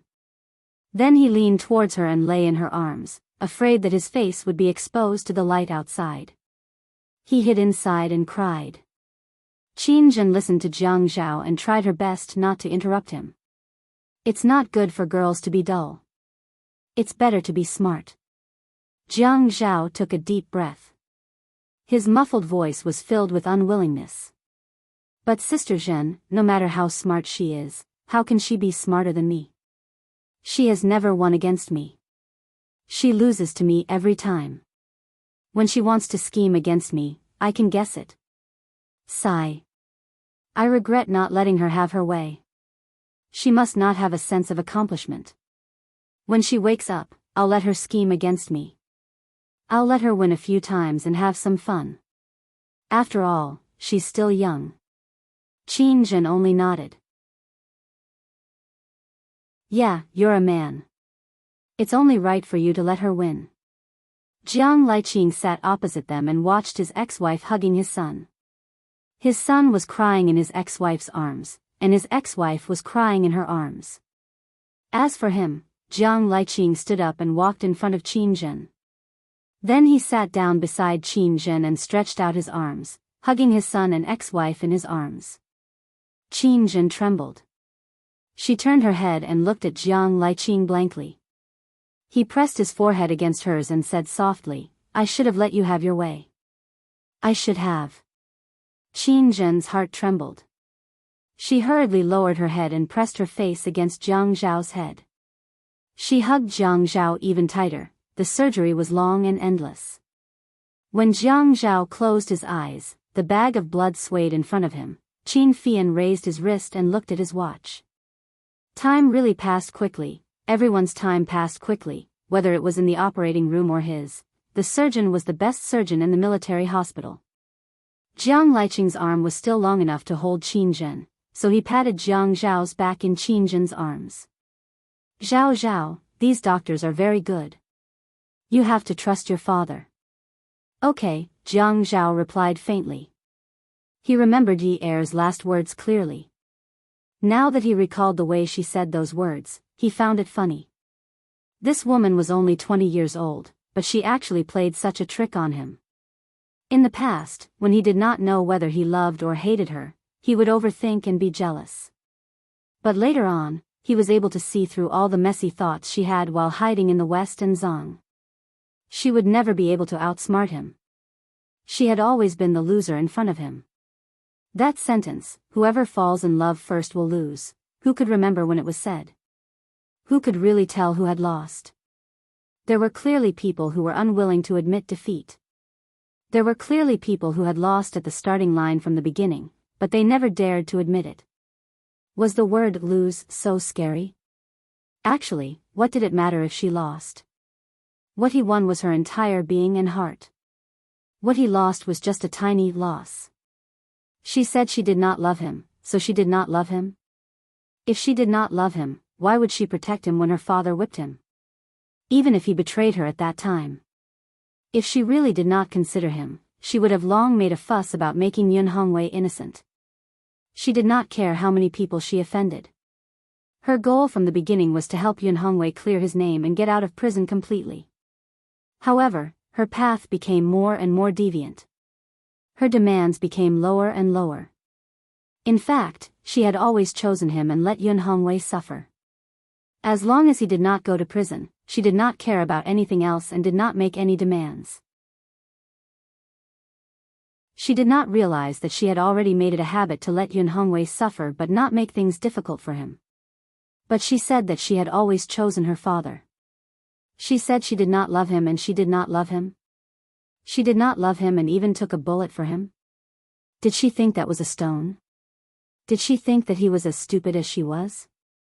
He would not believe her nonsense. This woman was cunning and could only be considered a little fox. In front of him, he always knew where her tail was. She clearly said that she did not love him, but the tears that flowed out were all extremely bitter. The faint light in her eyes was filled with reluctance and reluctance. Even the gaze that she looked at him in the end was filled with heartache. She felt heartache for him, but said that she did not love him. How could he not know what she was thinking? When she woke up, he would teach her how to scheme. In the past, he had always thought that she was a woman with good acting skills. Only now did he feel that she was the one with the worst acting skills. "Zhao Zhao, don't cry. Don't worry." Qin Zhen was not afraid of the wet feeling, but her son had never cried silently in her arms like this. There was no sound at all, but the clothes in front of her chest were all soaked. Jiang Zhao replied with a faint Actually, her injuries aren't that serious. Jiang Zhao thought that his words could completely convince himself. Even if he forced himself, he could completely make himself believe that he had the ability to make himself believe in himself. Jiang Zhao could not help but admit that he was a little obsessed. When he was convincing himself, he closed his eyes tightly and buried himself in his mother's arms. He felt the darkness. In the darkness, he searched for the light that he wanted. In the light, there was the smile of his beloved woman. Those fake stubbornness, those fake flattery, he did not want to think about those disputes and conflicts. He only remembered that under the fiery red maple leaves, her confident gaze, she said that she wanted to marry him. If she hadn't taken that step, where would those noisy and peaceful days come from? If there was one thing that she had really schemed against him, it was probably only this matter. She had schemed and won. However, she had the advantage of being able to scheme and win. That was the advantage that he had long admired her. He closed his eyes and tried hard to recall her eyes, her smile, her voice, and the content of her words. However, the image was shaky, like a scratched disc on a screen. Then, there was the sound of gunshots. She hugged him, dodged, and turned over. No wonder she dared to propose to him. She was so fearless. She was not afraid that he would tear her apart. Because, she had always been braver than him. In front of him was a sea of blood, and then there was an endless black. She lay beside him. He only dared to kneel beside her and did not dare to move her. He could only watch as her body trembled in the cold wind.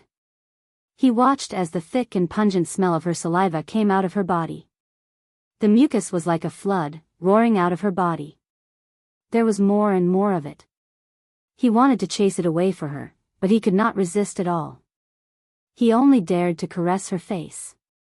He didn't even dare to lift her head. He could only watch as the dark red liquid of life overflowed from her back under the night light, soaking the bricks on the ground. There was so much blood that it was as if a river had suddenly appeared in front of him. He didn't want to think about those scenes that had shattered his self-confidence, but he couldn't help it. She thought about the way he looked at her while lying on the ground. Her eyes almost lost their light, just like a candle that was about to burn out. He held her hand like he was holding a flame, afraid that a sudden gust of wind would extinguish it. Jiang Zhao hugged Qin Jin's waist tighter. Actually, it's not serious. He gritted his teeth and repeated, in the early morning, the cars slowly moved out. It was clearly not the morning rush hour, but the busy road was jammed with traffic. The sound of horns was deafening. Many people wanted to get out of the car to see what was going on. They originally wanted to argue, but when they saw the naked woman in the middle of the road, they all took out their phones and started to take photos and post them on Weibo. The Ouyang Yan did not dare to raise her head. Her face was buried in her black hair. She was naked and covered in blood. It was even worse between her legs. Her body was covered in bruises.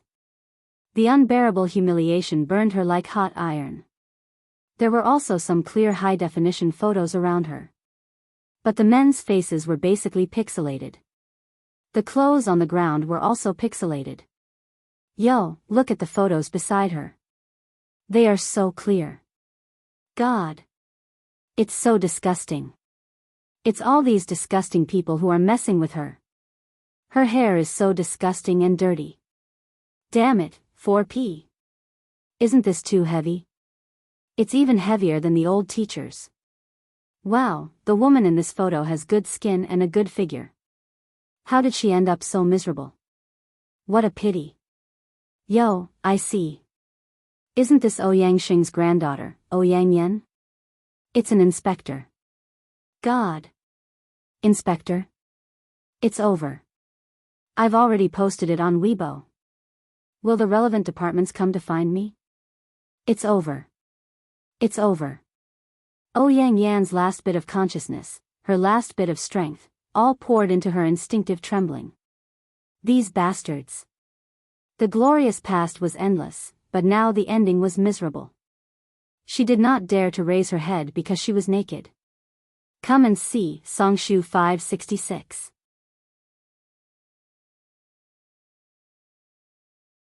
Chapter 709. But she used to be the precious miss that everyone worshipped. Since when did she stop being like that? Jiang Zhao had a change of heart. Until now, she still couldn't get over it.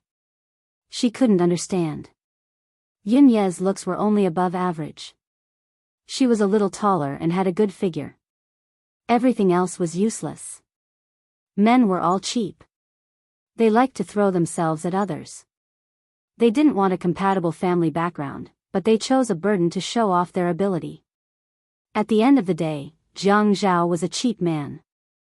Ouyang Yan's broken nervous system was on the verge of breaking down. Hate.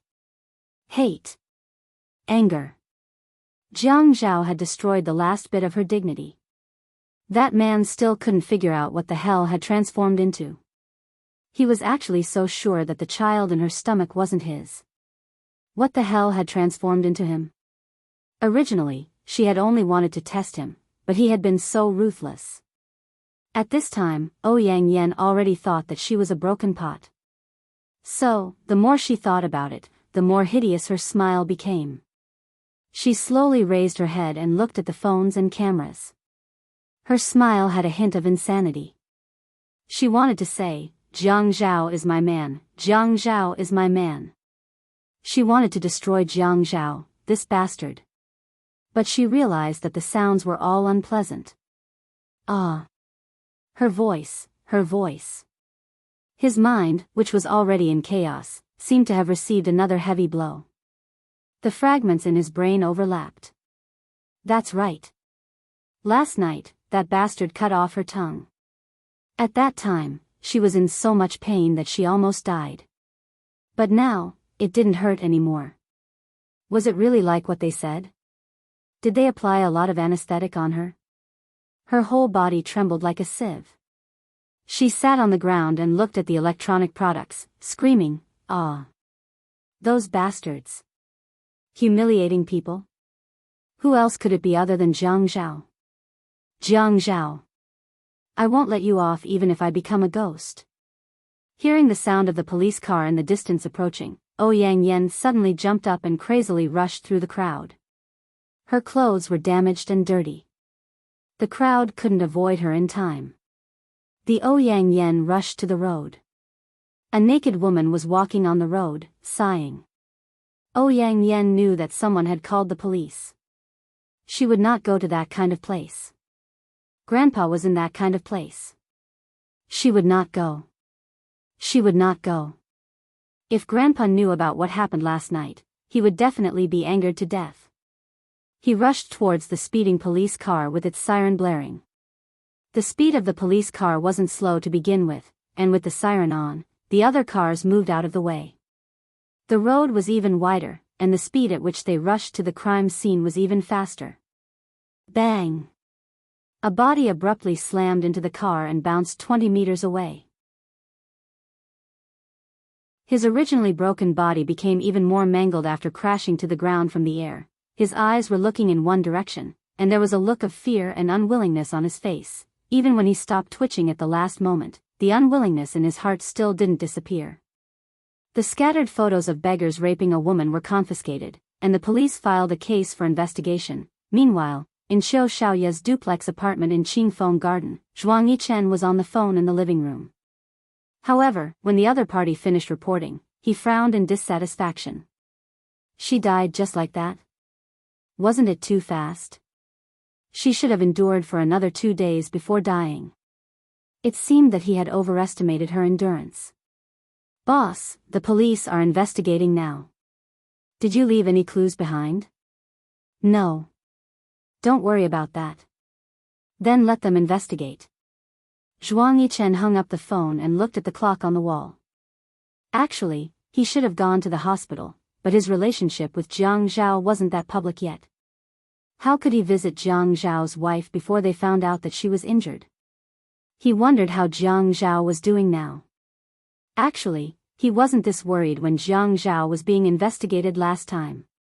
However, when he called Jiang Zhao yesterday and heard the uncontrollable sobbing, he guessed that Jiang Zhao was probably on the verge of collapse. Zhuang Yichen returned to the bedroom. An inexplicable fear crept into his heart. He didn't like this kind of emotion. It only appeared in his dreams in the middle of the night. Where did it come from in broad daylight? Looking at the woman sleeping like a corpse on the bed, he couldn't fall asleep. He lifted the blanket and crawled under it. He hugged Xiaoya's waist and nuzzled her neck. "Xiaoya. Yes? Your shop has reopened. Why aren't you as active as before?" Xiaoya ignored him and continued sleeping. "I like to sleep in. I used to be like this. I work at night as a designer. Don't you know? But you've been like this recently." Speaking of which, YA had been reopened for so long, but she didn't seem to care at all. In the past, it was as if she had been injected with chicken blood for the sake of YA. Xiaoya's eyes were still closed. She muttered impatiently, "Why should I work so hard? If you want me to make money, you can move your finger and I'll be full of money. If you want me to die, you can move your finger and I'll be back to square one night. I'll be exhausted to death." Zhuang Yichen was slightly stunned. He heard the woman's even breathing. In the past, she wouldn't have dared to speak to him with such an attitude. However, she was smart. Just because she didn't think of it in the beginning didn't mean that she wouldn't think of it later. It seemed that she had already guessed that her debt and the closure of the shop were manipulated by him. Although she didn't point it out, her attitude was clearly protesting against him in a negative way. "Then, are you going to stay at home every day? Don't you find it annoying?" He always felt that women should find something to do. Otherwise, they would lose some of their brilliance. When she asked him to help her with her career, he really felt like his eyes had lit up. After all, she was only 21 years old at that time.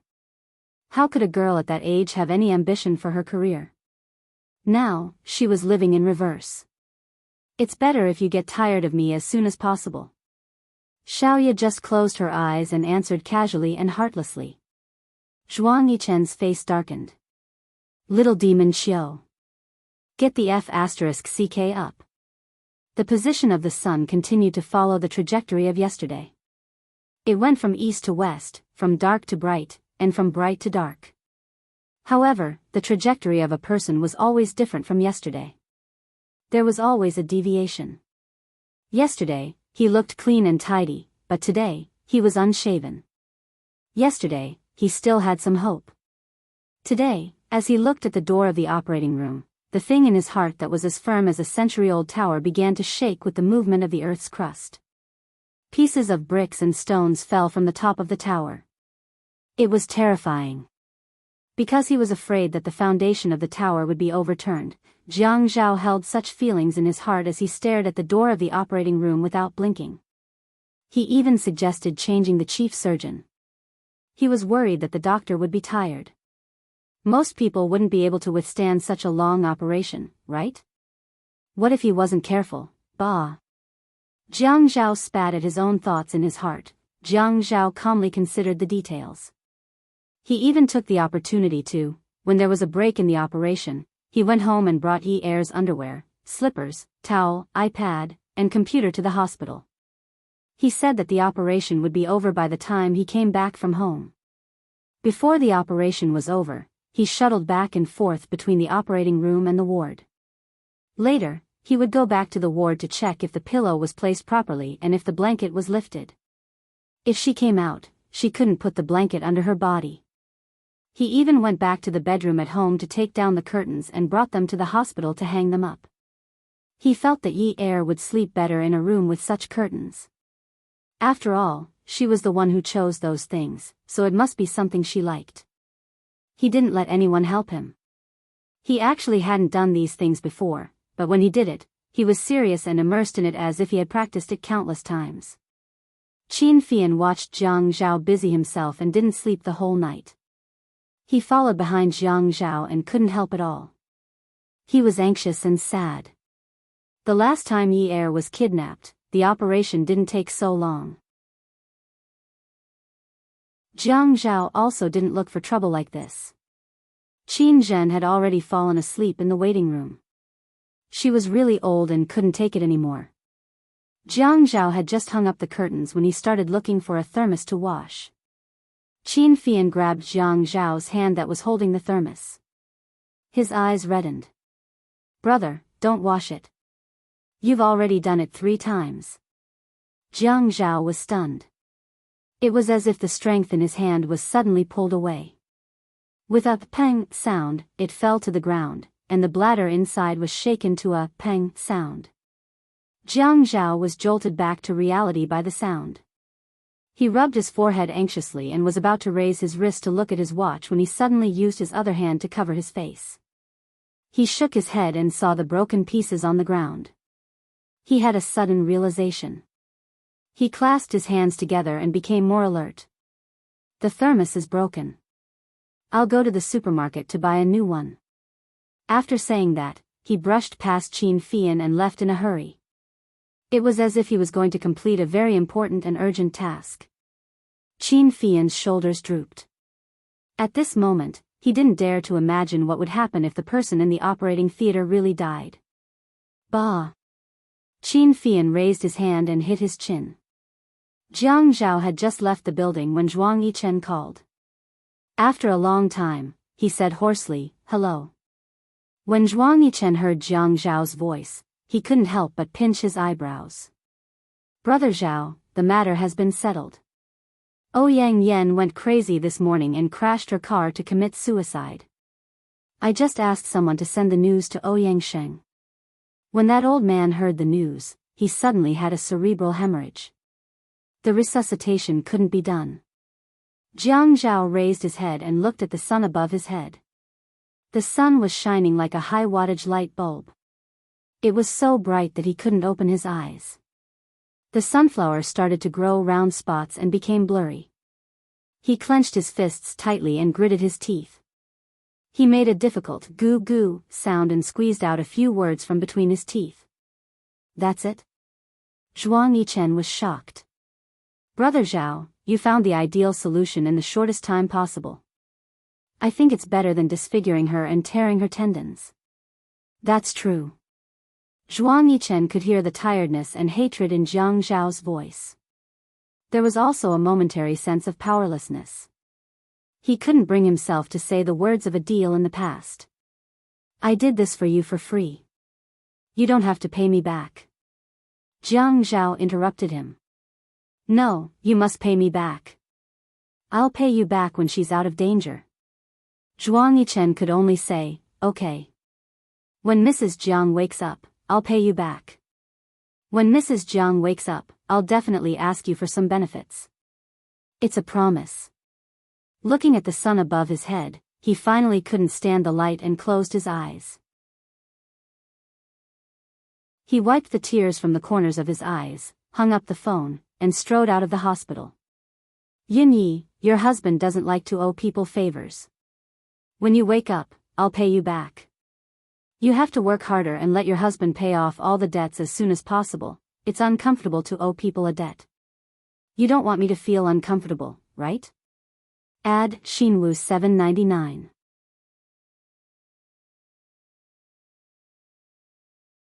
Chapter 710.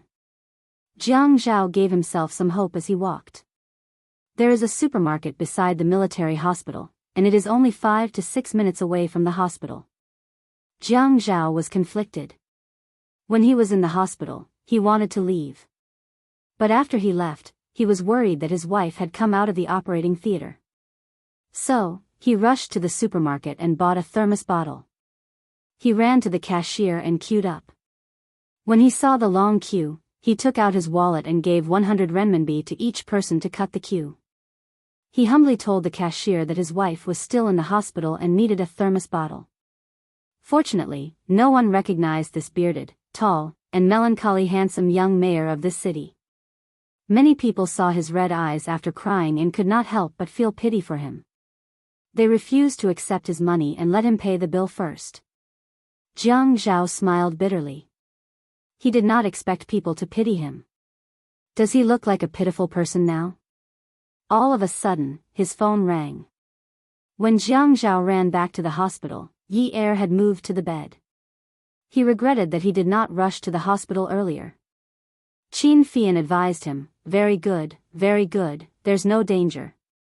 The corners of his mouth wanted to pull out a smile, but they kept twitching unnaturally. He thought he would only smile. But when he heard the doctor confidently say, the operation was a success, he hugged the chief surgeon and cried. Thank you. Thank you. He did not know what else to say except to repeat. After the nurse hung up all the 4 bags, Jiang Zhao chased everyone out of the ward. He said he wants to rest for a while. One of them pushed the bedding to the side of the bed and put it together. Then, he climbed onto the bed and slept closer to Yi Er. He grabbed the hand without the 4 drip with satisfaction and rubbed it in his palm as if he could not get enough of it. He exhaled, Aya, Aya. These sighs were filled with uncontrollable joy. Yin Yi, you are so hard-working. Zhuang Yichen, that bastard's favor is finally repaid, right? Sigh, I knew you were a good girl. That guy is a blood-sucking bug. If I don't return it to him this time, who knows how he will suck my blood dry in the future. I won't give him such a chance. I'm sure you won't be willing either, right? Aya, I want to eat my wife's cooking. I've lost weight. He moved his mouth to Yi Er's ear and took a sip. His handsome brows arched in satisfaction. Let's not talk about it anymore. It'll definitely disturb you. Let's go to sleep. I'm so tired. It was already May, and the weather was starting to get hot. Zhou Li curled up beside the shoe cabinet. She felt uncomfortable all over. She was so uncomfortable that she wanted to scratch herself. She had already locked herself in her room for 2 days. She really wanted to control herself. However, her body was a little cold. She didn't know if it was because of the cold, but she felt that her snot was flowing out uncontrollably. She liked to keep her nails long and shape them into charming shapes. With bright nail polish, her hands looked even fairer. Her skin was very good, and she had spent a lot of money on maintaining it. Even though she was already 40 years old, her face still looked like a young woman who was not even 30 years old. She loved this face and this skin more than anything else. However, she was now sallow and emaciated. She didn't want to eat or drink. She didn't know what she wanted to do. She got up from the ground and crawled to the bathroom. She wondered if she would feel better after taking a shower. However, when she saw her reflection in the dressing mirror on the wall, Jolie was so scared that she screamed as if she had seen a ghost. Ah! Ah! Ah! It's not me, it's not me. Zhou Yan didn't feel so scared the last time. However, there was someone in the mirror now. Did she come out of the mental hospital? Why was her hair so messy? Why were her eyes so deep and lifeless? Why were her clothes so dirty? What was even scarier was that her neck, the back of her hands, and the places that were not covered by her clothes were covered with blood-red scratches. She couldn't see her original appearance clearly. She hugged her own face. Fortunately, she had resisted the urge to hurt her favorite face. Fortunately, she didn't hurt it. She squatted down again. It was so itchy. It was as uncomfortable as being bitten by poisonous insects. She only remembered being locked in a place where she couldn't see the light and being given an injection. After a day, she was given another injection. After that, the duration became shorter and shorter. Whenever she felt uncomfortable, she would be given an injection. Now that she was thrown back home, she felt like she was going to die. If she couldn't find that thing, she would really die. The voice of the person who gave her the injection was cold. The next time you come to ask for this thing, you will definitely feel free.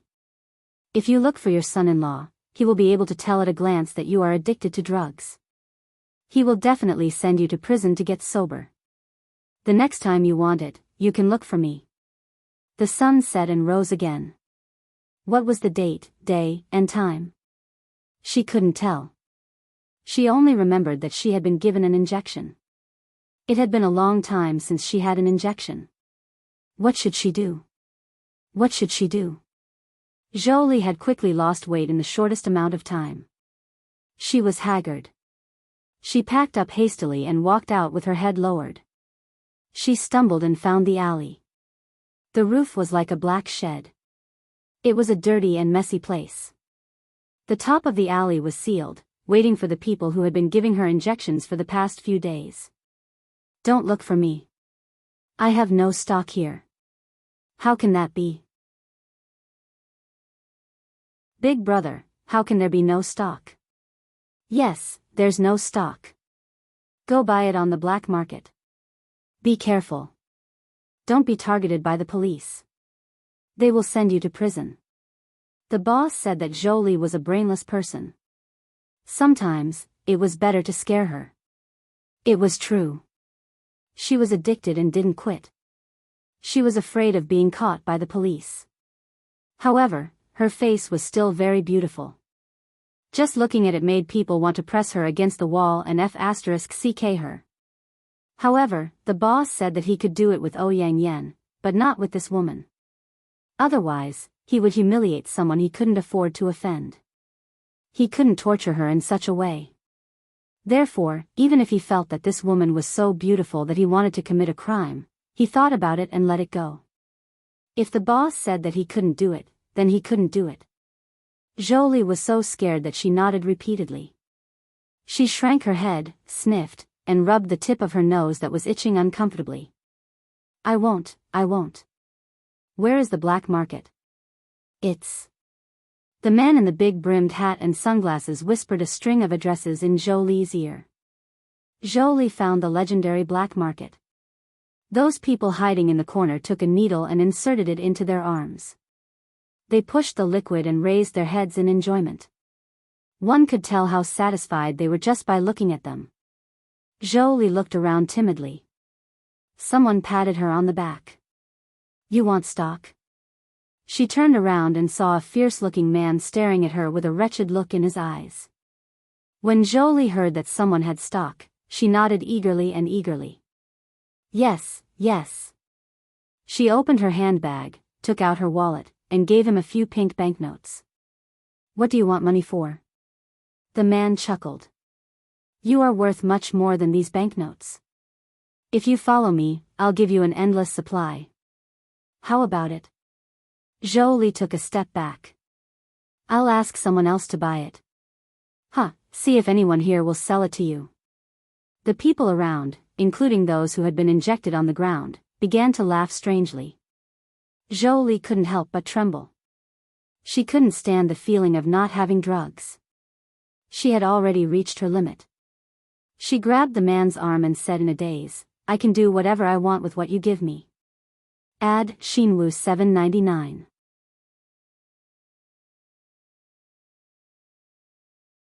Chapter 711. The psychologist analyzed it for Jiang Zhao. Perhaps the patient had subconsciously closed herself off and locked herself into a circle. That was why she chose to escape and not face it. The infusion was also a small amount. 1 hour in the morning and 1 hour in the evening every day. It was already May. At that time, she was still wearing long-sleeved clothes. Now, she was wearing short-sleeved clothes. Yin Yi, when you wake up, I'll divorce you. I promise you that I won't drag it out and won't cling to you. You've been with me for so long and given me a lot of things. When I was with you, I was very happy. I felt that I got a lot of things. So, don't say nonsense like you don't want anything. If you say that, it will make me look very incompetent. You know that I care about my reputation. I'll give you the house in 9th Mansion. As for alimony, I won't give you. You can earn money now and support yourself. What do you think? Actually, I think you can still ask for some money. After all, if word gets out that I, Jiang Zhao, didn't even give alimony to my ex-wife after a divorce, it would be really embarrassing. Yin Yi, you'll let go after the divorce, right? You won't think that one is your husband and the other is your father, right? You won't hate the husband and think that the husband killed the father, and you won't feel inferior and think that the father dragged the husband down, right? You're only 20 years old. Why do you have to think so deeply? But I can't blame you. If it were me, I would also feel very uncomfortable. Okay, I'll do as you say. Let's get a divorce. I've already drafted the divorce agreement. I'm waiting for you to sign it. Jiang Zhao had actually thought it through a long time ago. In front of love and family, Yi Er was unwilling to choose. In her mind, love might be above everything, but it couldn't be above family. On the contrary, even if family was above everything, it couldn't be above love. In her heart, her father and husband were equally important. Jiang Zhao held the 2 divorce agreements that had been drafted in his hand. There were only a few lines of words, unlike many divorce papers that had several pages of densely packed requirements for the obligations of both parties. The house belonged to Yi Er and nothing else. Jiang Zhao's tone was indifferent as he slowly read the contents of the agreement. He read it again and again until the saliva in his mouth was dry. He took a sip of water and continued reading the boring divorce agreement. At night, the lights rippled in the night sea. Yi Er's floor was very high. I won't give you the house in the north of the city. Ouyang Yen stayed there before, so I asked the agent to sell it. If you think it's too little, then negotiate with me. I can't lose a woman, right? Huh? Yin Yi, let me tell you, it's rare for me to be so easygoing. If you don't hurry up and sign the papers, I might go back on my word tomorrow. You also know that a divorce is too embarrassing for me. I have such a bright future ahead of me, and a divorce is equivalent to a stain on my record. It's rare for me to be so merciful, so you can't blame me if you don't cherish this opportunity. Actually, you're not that good. Why should I insist on not divorcing you? You're not the prettiest. You're just a little taller, have a good figure, and have good skin. What else is good about you? Other than being able to cook something that's barely edible, tidying up the house, and occasionally teasing me to make me laugh. You can barely cooperate with me when it comes to sex. I really don't know what else you have that makes me reluctant to part with you. Look at you, you're as stupid as a pig. To think that I used to praise you as a fox. You've simply humiliated the ancestors of foxes. Forget it. I'll call you Fox Pig like I said before. Hey, look at you. Other than making me so angry that smoke comes out of my 7 orifices, what else have you done for me? At this time, Jiang Zhao had already gotten out of bed. He pulled Yi Er's hand to his mouth and kissed it. His gaze fell on her eyelashes, carefully observing her reaction. In a very dissatisfied tone, he said, "Aya, that's great. I'm going to divorce you." He leaned his head on Yi Er's shoulder and let out a long sigh. There was some interest in his tone.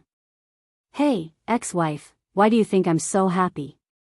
I realize that I'm going to be reborn. Do you want to celebrate with me? I can finally get rid of you." I'm taking a deep breath. It's so comfortable. Sign the agreement, and we'll have a good drink. Seriously, no matter what, I have to set up a banquet and invite my friends. The extravagance of the divorce must be bigger than the wedding. You know, I'm very prideful. Hey, ex-wife, where do you think we should have our farewell dinner? The Qin residence is definitely not good. You're not our daughter-in-law anymore. How can you eat at the Qin residence? How about Haiyue restaurant? Although the price is quite nouveau riche, the nouveau riche means that you're rich. Who asked me to be rich? Since I'm rich, I have to go to expensive places to eat. Now I feel that divorcing you was the right decision. You're so stingy. When you go out, you always order 2 dishes and 1 soup. You don't show off my ability at all. You make me lose face. The woman's hand was still in his palm. Her hand had the temperature of an ordinary person and was warm. He nestled it on the tip of his nose and deeply inhaled the scent of her skin. The smell was very pungent and sour. It was so sour that it made him very uncomfortable. The sour smell was so strong that he couldn't open his eyes. His chest was filled with the waves of heartfelt words. He steadied his mind and continued to put on airs. So, for the farewell dinner, I'll order the expensive dishes. Anyway, I have plenty of money, and I can't even spend it. Do you regret it a little? I'm so rich, and there will be many women who like me. Not to mention my status and appearance, there will be many women who like my money. If you divorce me, are you afraid that I'll be snatched away by other women? I'm not afraid to give you a heads up in advance. Once the news that I'm single is announced, my value will immediately rise. At that time, I'm afraid that the doorstep of our house will be trampled to pieces. You know Enchanting, right? Although she didn't pester me after that, I heard that she got engaged some time ago. But if she hears that I'm divorced, she will definitely run out from the engagement party to propose to me. Do you believe me? Why don't we make a bet? Let's bet 10,000 yuan. You're too poor, so let's bet less. Yin Yi, he pressed the woman's hand against his forehead and couldn't continue speaking. Tears flowed down the bridge of his nose, passed through his other eye, and fell onto the pillow, wetting a pool. He let out a long sigh. Yin Yi, you can't be so unreasonable. I've agreed to everything, don't you think so? If you want a divorce, then so be it. What else do you want? Do you think that I'm easy to bully? Now that you can bully me, you're going to bully me with your life? It's enough that you've caused trouble once. Didn't you scare me enough when you got into a car accident last time? You already owe me so much. Don't you feel embarrassed to continue owing me? The more you make me do for you, the more you owe me, right? How are you going to pay these debts? Hey, you must say that you took a bullet for me, so you've paid back what you should, right? Okay. I've paid it all back, okay? We don't owe each other anything anymore. Really, Yin Yi, we don't owe each other anything anymore. You've paid back what I did for you in the past with your life. That's enough. Really, it's enough for anyone. You don't have to feel so inferior and think that you've always been the one who owes me. Really, you've paid back enough. We don't owe each other anything anymore. Do you feel better now? Jiang Zhao talked until very late. He could no longer lift his eyelids and finally fell asleep. The next morning, Jiang Zhao was awakened by the sound of running water. The bathroom. Jiang Zhao sat up abruptly. There was no one on the bed. There was a signature on the divorce agreement on the bedside table, Yun Yi. Beauty novel, Xinwu 799.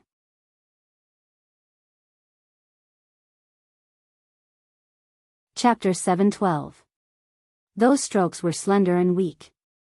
Her handwriting had always been ugly. He had even mocked her for being a Chinese, but her Chinese handwriting was so ugly. It was soft and squishy, like a person without a skeleton or spirit. She always said that everyone used computers these days. Who wanted their handwriting to be so beautiful? But every time she saw some of his work notes, she couldn't help but exclaim in admiration, "God, how many years have you practiced these words? How can you write so well?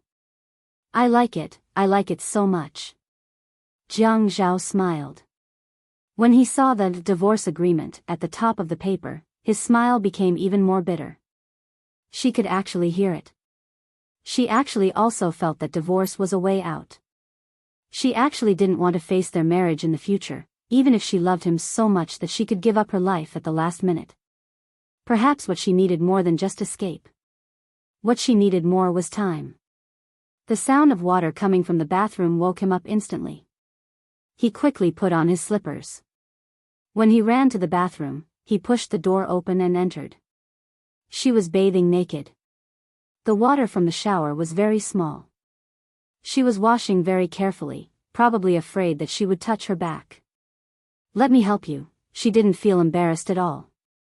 She just turned her back to him and said calmly, "Oh, okay. I don't know if the injury at the back is better. Is it because I can't touch water?" "A little. I'll wash the injury at the back for you. As for the upper part, wring a towel and wipe it later. This way, it won't touch the wound." "Yeah, I don't feel the pain from the wound anymore. Because it's been so long, it's almost healed. But after all, the injury is serious. Don't use too much force. Otherwise, the wound will still hurt." If it was in the past, Jiang Zhao would definitely not be able to resist pushing the woman who was bathing against the wall and making a big deal out of her. But now, he did not have the slightest desire to wash her. She also indifferently allowed his hand to gently scrub the skin on her back. The throbbing in their hearts was deeply hidden in the bottom of their hearts. Jiang Zhao was a little hesitant. His gaze fell on her back. It was so thin that her spine could be seen. He put his fingertips there and slowly stroked it. "Yin Yi, can you not tell the family about the divorce?" "Okay." After seeing Yi Er agree, she smiled again. "Yeah, you know that I'm very prideful. Then aren't we going to have a celebration?" Jiang Zhao's eyes lit up. When I'm free, we'll have a breakup party. How about that?" Yi Er, calm. Calm. The night was so quiet that only the sounds of insects could be heard. This kind of silence was frightening. Zhou crouched in the grass behind the iron fence. It was already May. The mosquitoes were rampant, but she didn't feel any pain or itch at all. She let those things bite her. She kept remembering that person's instructions. Don't let the workers find out. After all, this kind of place where drugs are traded will definitely be reported. But this is the only place where it's not easy to be found out. When you find that everyone is asleep, open the metal door on the left side of the fence. Go in and wait. Imitate a bird's call and someone will give you the drugs. There's a dog there. Don't be afraid. It's locked and won't hurt you. Zhou believed it again. So when she heard the sound of a dog barking, she wasn't afraid at all. But the nightmare that followed became a demon in her heart forever. The ferocity of the dog in the wind pulled Zhou back from the edge of addiction. Her arm was suddenly pulled, as if a steel nail was suddenly nailed into her arm. It was so painful that she wanted to die. Jolie couldn't take it anymore. She screamed in the wind, "Help!" She couldn't run. She could only hear more than one wild animal fiercely pulling at the metal chain. The wind was strong and powerful as it ran towards her. It was truly frightening. Her body was so weak that she couldn't run anymore. Her leg was pulled again. Help! Help! She was already as thin as a stick of firewood, but that wolf dog was like a big and strong man. It grabbed her arms and legs and swung its head, even her whole body was swung up. She screamed miserably, "Help!" She couldn't tell if her voice was filled with fear or despair. She only knew that at this moment, she deeply felt pain. It was real pain. She hadn't known what pain was for a long time. She could hear a piece of flesh being torn from her arm. A piece of flesh was also torn from her calf and leg. The pain had already disappeared. She felt like she was going to die. At this moment, she suddenly felt pain on her face. Her consciousness instantly recovered. Face. Her face. Ah. Ah. She suddenly reached out with her free hand to hit the head of the dog that was biting her face. She felt the fur on her face. She seemed to have hit its teeth. This was her bravest counterattack. Previously, she was afraid. But her face. The dog was angered. It bit down hard and shook its head. Rip. Ah. Feeling a piece of flesh being torn from the left side of her face, Jolie finally felt that she couldn't bear it anymore. Everything in front of her turned black, the lights were turned on. All the lights in the farmhouse were turned on one after another. The barking of the dogs and the cries for help were too intense. When the shop owner rushed out and saw the three wolves tearing apart a mass of flesh and blood, he was shocked. Quick! She's dead. The dog couldn't resist this kind of meat. The owner rushed up with a stick and shouted. He used force and asked someone to throw a live chicken over to attract the dog's attention. The staff quickly dragged Jolie out of the fence. "Boss, she's still breathing. Quick, send her to the hospital. Give her an injection immediately. Damn, she's going to die. Why did she come to the dog park in the middle of the night? Is there something wrong with her brain?" 2 days later, the night came on time. Zhuang Yichen was very dissatisfied with the result. He couldn't suppress his anger on the phone. Bastard. How could they send her to the hospital and save her? Boss, the farmhouse is now afraid of getting into a lawsuit, so they have been paying for treatment. Moreover, this matter has caused quite a stir. There were many witnesses at that time, and some people even reported it to the TV station. They even made a special episode about the safety hazards of raising dogs. Do you think we should stop this matter? Stop. But when she's discharged, clean it up for me. Now that Jiang Zhao was going to take Yi Er out of the hospital, he couldn't leave this problem to Jiang Zhao. He had to deal with it. Okay. Zhuang Yichen, do me a favor. A woman's voice came from upstairs. Okay. Zhuang Yichen hung up the phone and walked upstairs to the walk-in closet. Xiaoya's cloakroom was very big, even bigger than the master bedroom. The clothes in the wardrobe in the master bedroom were all the clothes she usually wore. The cloakroom upstairs was filled with clothes that she made herself, or some expensive gowns that she bought. At this time, she was looking at the mirror and pulling at her chest, pouting. What's wrong? Zhuang Yichen had already entered the room. He saw Hua Zai's back facing him. The seductive red dress made her snow-white skin look like jade.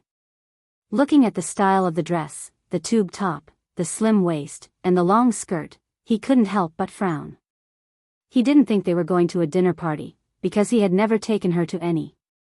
Where are you going tonight? Aya, help me zip it up. She felt the tight skirt wrapping around her tighter and tighter. She knew that the man behind her was pulling up the zipper for her. My mother introduced me to someone. I have to go deal with him.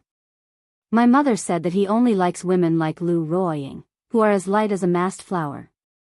So if I dress up a little more, he will definitely not like me. Zhuang Yichen's hands suddenly pulled up, then pinched the woman's shoulder, turned around, and made the woman face him. She wasn't wearing high heels yet, so he pinched her chin and made her look up to meet his eyes.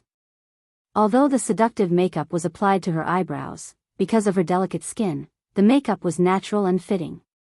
She wasn't like those women who couldn't be seen up close once they put on makeup. Her eyelashes were long and curly. At this time, with the elongated mascara, they were like two exaggerated fans. The smoky makeup made the ends of her eyeliner curl up.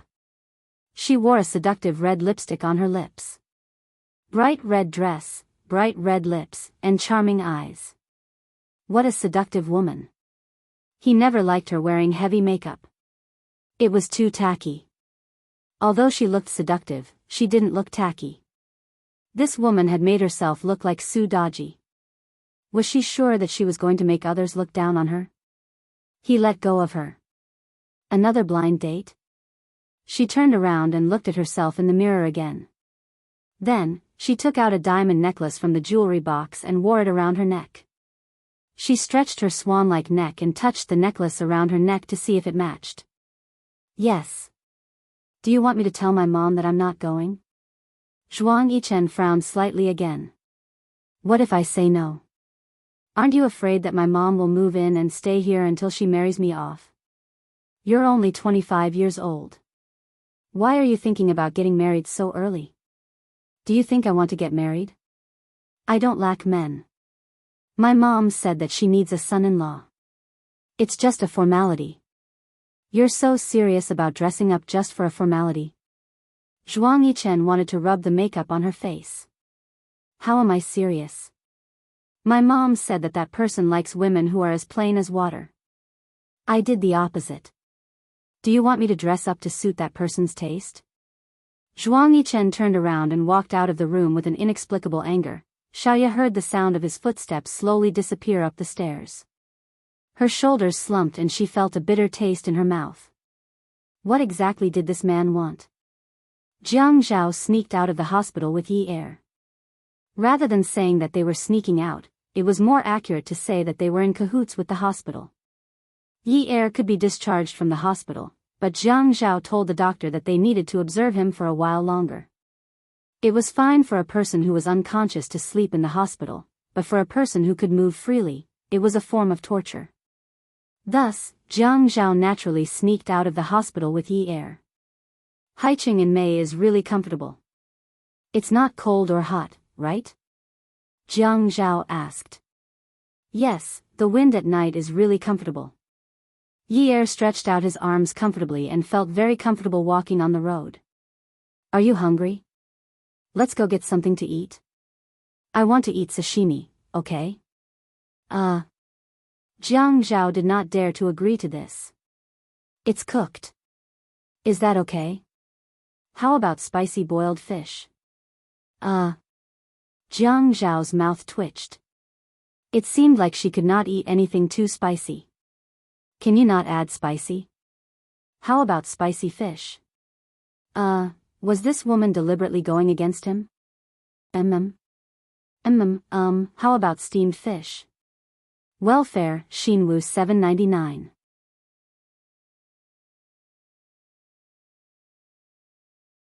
Chapter 713. Go to the most expensive place to eat. That way, you can show off your wealth. Order 2 servings, eat 1, and throw the other away. Sure, I also want to get rich. When are you going to treat me? Anytime. I won't go to that kind of place to treat you. I'll go to your place. You can cook for me. Okay? Okay. Yi Er agreed without hesitation. The two of them didn't drive. Instead, they walked and looked for high-end restaurants. Jiang Zhao felt that this was actually a good thing.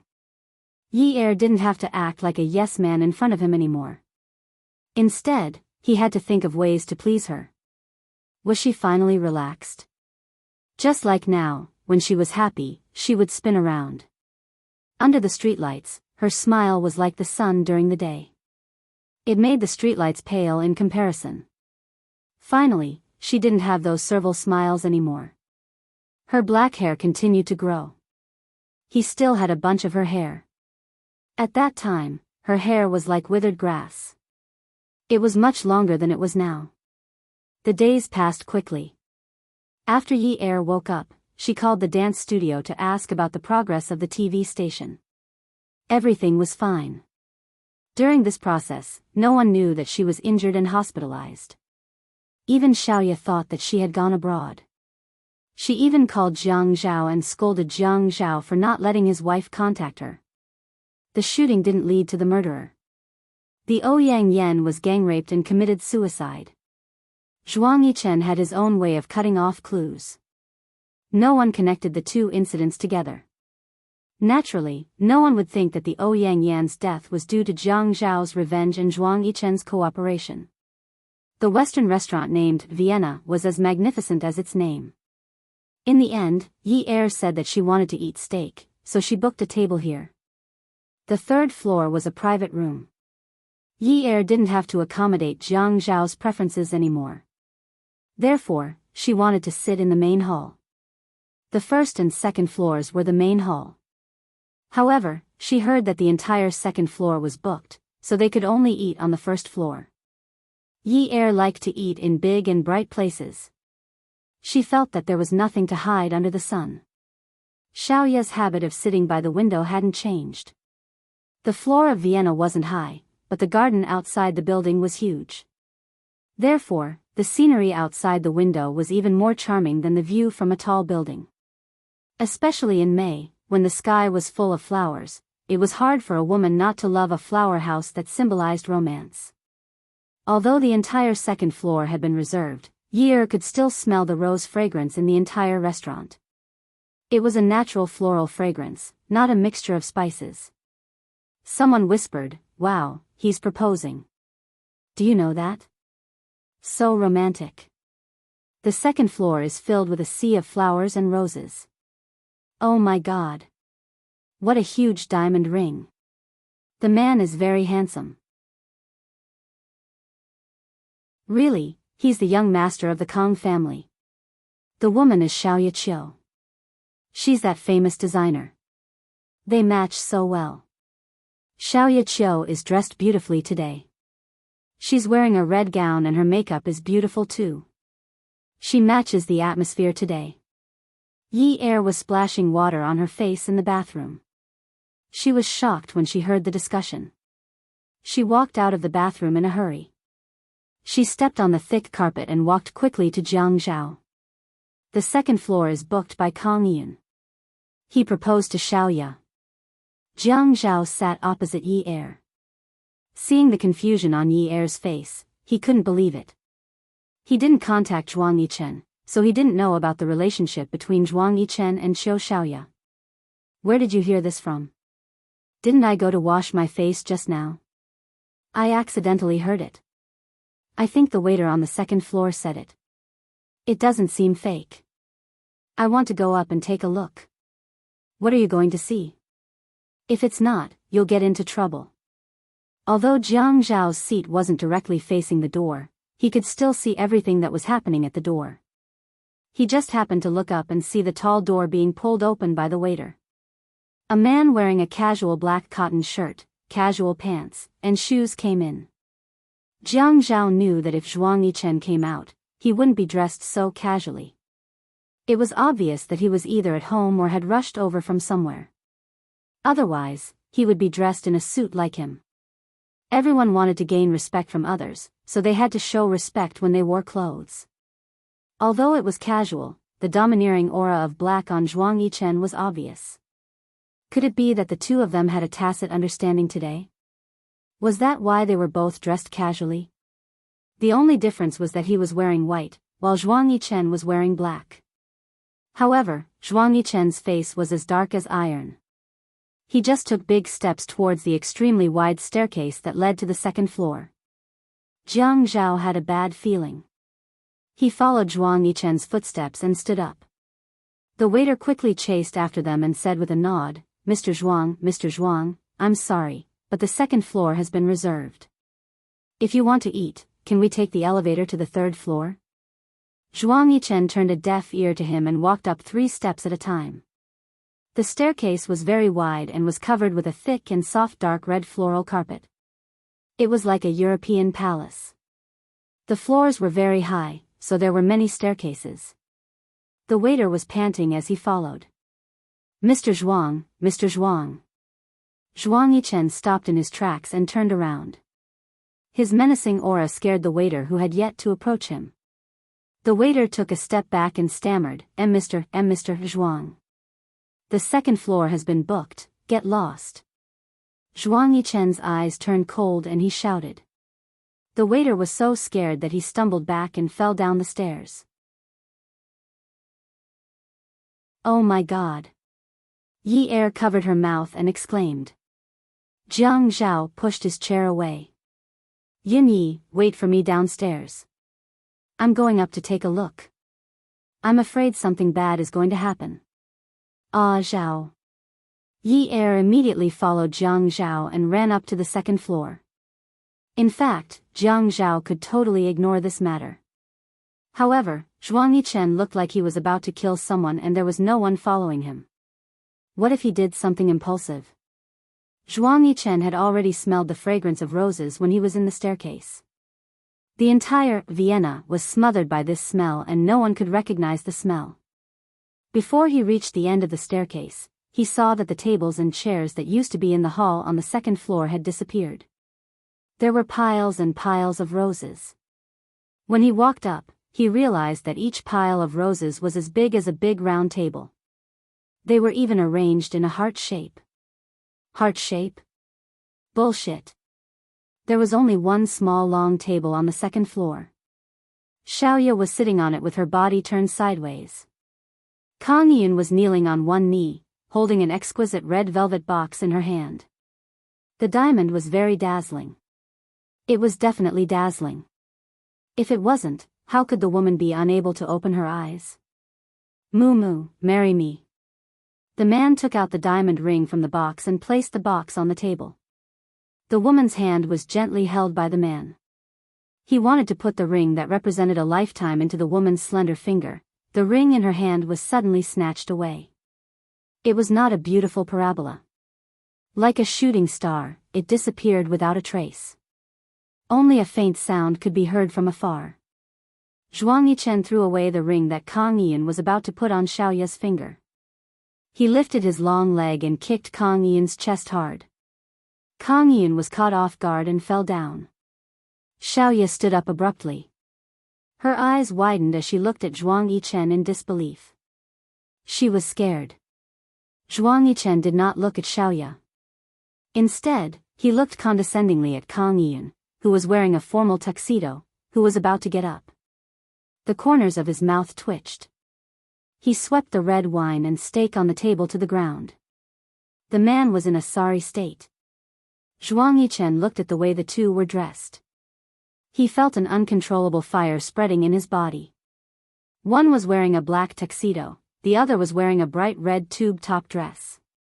They even lied to him that the man liked women who were indifferent. Zhuang Yichen. What are you doing? Zhuang Yichen turned around and glared at Xiaoya. He shouted in a deep voice, sit down. Xiaoya did not dare to resist. She could not explain herself even if she had 10 mouths. She did not know that a blind date and a meal had become a marriage proposal. She also did not know that it was Kang Yun. If she knew, she would not have come. Zhuang Yichen did not look at Xiaoya who had angered him. He turned around and stepped on Kang Yun's chest. Kang Yun was a gentleman. When he used force, it was not Zhuang Yichen's move. Zhuang Yichen's foot on Kang Yun's chest was just like his imposing manner. It was overbearing and arrogant. He could not resist at all. He said fiercely, Kang. Did you eat a bear's heart or a leopard's gall? You dare to touch my, Zhuang Yichen's, woman. Zhuang Yichen, I have the right to pursue Mu Mu. She also has the right to choose me. Kang Yun could not stand up. His head was hit by the plate on the table and was bleeding. At this moment, he felt dizzy. Right? Heh. Zhuang Yichen snorted. Your right was long gone the moment she was with me. Her right was also gone at that moment. What bullshit right and right are you talking about in front of me? Let me tell you, only I, Zhuang Yichen, have the right. I have the right. Put away your dirty tricks. If you dare to have any thoughts of touching my woman again, don't blame me. Zhuang Yichen clenched his teeth and said, don't blame me. He swallowed the rest of his words, but it was like a knife from his ink-black pupils. Kang Yun trembled. Who do you think you are? Zhuang Yichen mocked. You will know who I am in the future. But I advise you not to know, it won't do you any good. Jiang Zhao had already asked the waiters and security guards to block off the second floor and not let anyone else come up. He did not want them to be on the newspapers tomorrow. Stop fooling around. Jiang Zhao pulled Zhuang Yichen. Take Xiaoya back. It won't do you any good if you make a big fuss. Jiang Zhao saw that Zhuang Yichen still refused to let go of his foot, but Kang Yun was obviously injured from the impact and had no strength left. He lowered his voice and looked at Zhuang Yichen coldly. Do you want tomorrow's newspapers to have the news of you and Kang Yun fighting over Qiu Xiaoya? Zhuang Yichen's eyes flashed, but he still refused to admit it. If I don't teach him a lesson, he won't know the immensity of heaven and earth. Yes, let him know, and let the whole of Haiqing know. Jiang Zhao patted Zhuang Yichen's shoulder. You go first, now is not the time to fool around. Zhuang Yichen pondered for a while. Okay, I'll take her away first. You and Xiaoya take the elevator to the garage, don't take the stairs. Jiang Zhao then said to Yi Er, Yin Yi, go get our car and wait for them at the elevator in the underground garage in case they get photographed. Wait for me there. Yi Er nodded and quickly pressed the elevator button to leave first. Zhuang Yichen said stiffly, thank you. He pulled Xiaoya away, but Xiaoya couldn't keep up with Zhuang Yichen's footsteps. Her high heels weren't suitable for running in such big strides, and the carpet on the floor was thick and soft. She felt that her heels were hooked and fell forward, crying out in pain, ah. Kang Yun got up from the ground and was about to chase after Xiaoya when Jiang Zhao pulled him back. Young Master Kang, why don't you tidy up your appearance first? Kang Yun froze in shame. Zhuang Yichen saw that Xiaoya had already squatted down, and his steel-like eyes darkened. He picked up Xiaoya and held her more firmly in his arms, then strode towards the elevator. He said angrily, I'll teach you a lesson when we get back. Beauty novel, Songshu 566.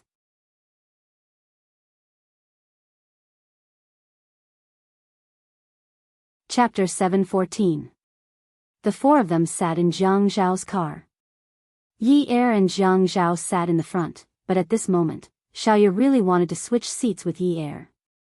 Zhuang Yichen didn't say a word the whole way, but his face was sullen. Jiang Zhao was the first to break the silence.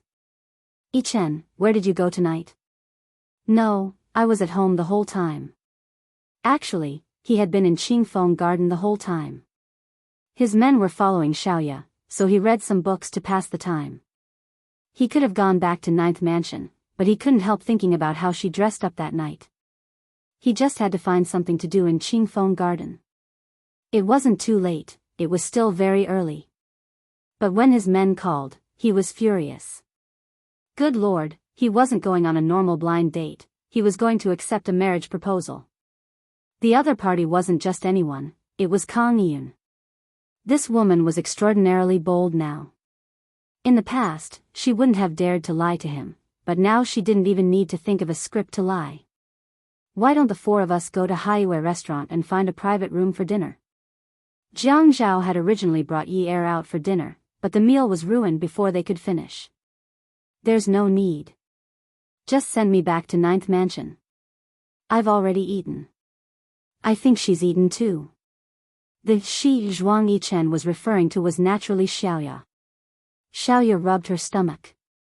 She hadn't eaten yet, it was all wasted. Jiang Zhao had an idea. Okay, I'll go home with Yunyi to eat. Get some food from the fridge. There was no food in the fridge, but there was a small supermarket in Ninth Mansion that sold daily vegetables. Although it didn't have a complete variety, it was still very fresh. Most importantly, he could get Yi Er to cook for him, and he could help out. Thinking of this, his hands that were holding the leather steering wheel felt exceptionally comfortable. He secretly turned his face to look at the woman beside him. She was also turning her head to look at him with a hint of dissatisfaction. He gave her an apologetic look. "I'll have to trouble you then, Brother Zhao." Zhuang Yichen did not notice the flirtatious glances between the two people in the front row. He was not in a good mood, so his thanks were stiff. Jiang Zhao didn't care about it. He knew that Zhuang Yichen was probably so angry that his lungs were about to explode. Who didn't know that Zhuang Yichen was a very domineering person? It would be strange if he wasn't angry when something like this happened. Xiaoya was thrown into the room by Zhuang Yichen. As soon as Xiaoya took off her shoes, she was picked up by the waist and hung onto the man's waist. Then, he walked into the room. Xiaoya's head and feet were hanging towards the ground. She felt her head was bleeding. "Zhuang Yichen, what are you doing?" He went straight to the bathroom and turned on the tap. As Xiaoya was placed on the ground, her head was pressed under the tap. Zhuang Yichen took a towel that was hung neatly on the rack to dry. He soaked it in water and rubbed Xiaoya's face. Xiaoya choked on a lot of water. The white porcelain basin filled up more and more, but her head was pressed down forcefully by Zhuang Yichen, so she couldn't get out of the water. She wanted to curse Zhuang Yichen, but when she opened her mouth, she drank a big mouthful of water. Zhuang Yichen lifted Xiaoya up and looked at her smudged face. But water couldn't wash away the makeup on her face. He was instantly furious. Xiaoya looked at Zhuang Yichen's eyes that were spitting fire. She felt a chill run down her spine. This man's violent tendencies were so obvious. How did she not notice it before? Her nose was still hurting. "Zhuang Yichen. Have you lost your mind?" Zhuang Yichen didn't say anything to Xiaoya. He only held her down and didn't allow her to move. He pressed her against the sink and reached out to take his facial cleanser. He squeezed it out and rubbed it in his palms. Then, he rubbed it all over Xiaoya's face. "Ah! My eyes." Zhuang Yichen rubbed the facial cleanser into Xiaoya's eyes. Zhuang Yichen knew that facial cleanser shouldn't enter the eyes, but he allowed Xiaoya to scream. When he was almost done, he pressed her into the white porcelain basin and rinsed her with the water from the tap. Xiaoya felt that she was being humiliated and bullied. This kind of man was simply a violent pervert. He didn't know how to respect people. From the moment he pushed her into the basin, he was no longer a gentleman. Xiaoya didn't scream anymore. She closed her eyes and allowed this man to humiliate her in any way he wanted. The woman's head was pulled out of the water. Zhuang Yichen saw that her face was white again. The fire in his eyes extinguished a little. He saw the resistance in Xiaoya's eyes, but he could choose to ignore it. He pinched the woman's chin and pulled it up. He bent down and kissed her. He wanted to taste if there was another man's taste in her mouth. But just as his tongue entered her mouth, it was bitten by the woman's teeth. He instinctively retracted his tongue. Hiss. Zhuang Yichen frowned. In this luxurious bathroom, the two of them stood in front of the large sink. The orange light above them shone on Xiaoya's skin. "Bite me. And I'll bite you." The surging air in his chest pushed his chest up and down. Zhuang Yichen's gaze landed on Xiaoya's mouth. Then, he moved his gaze down to her chin. Her beautiful neck and beautiful collarbone. Necklace? Evening gown? The color of the flame-like evening gown was reflected in his eyes. It was like two clusters of burning fire.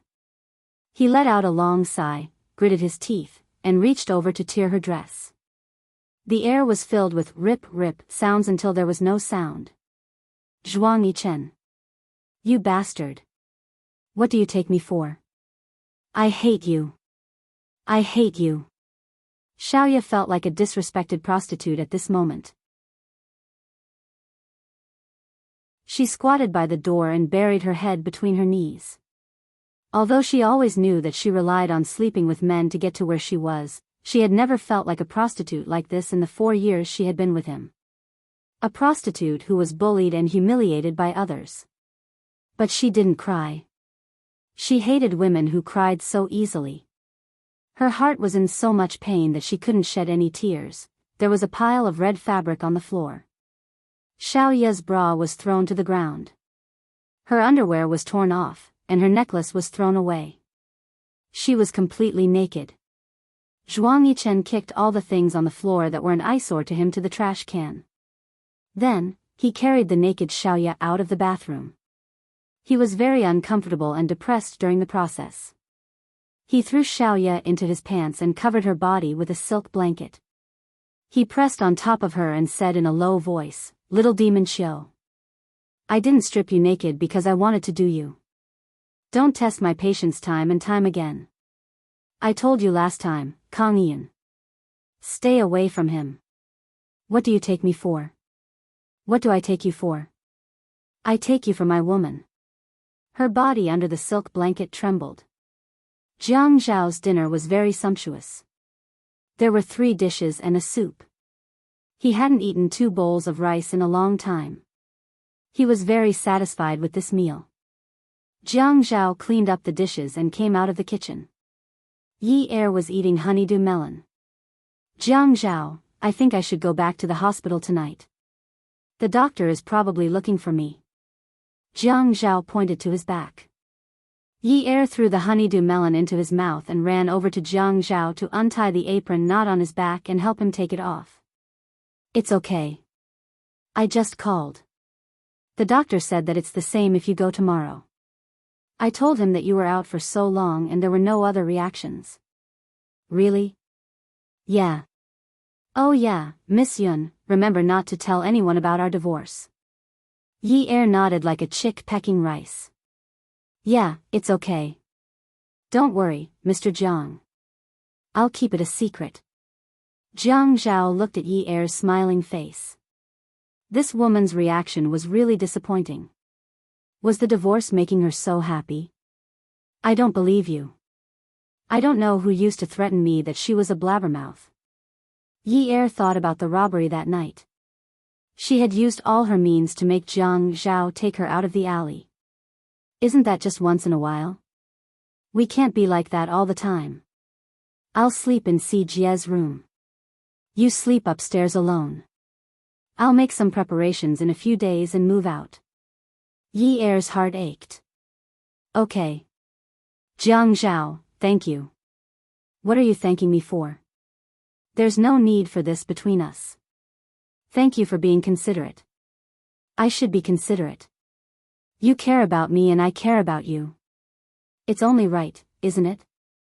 Yi Er nodded. It was a habit. They didn't talk about love. They only talked about what they should talk about. A week later, Jolie went crazy and couldn't be controlled. She could only be sent to the mental hospital.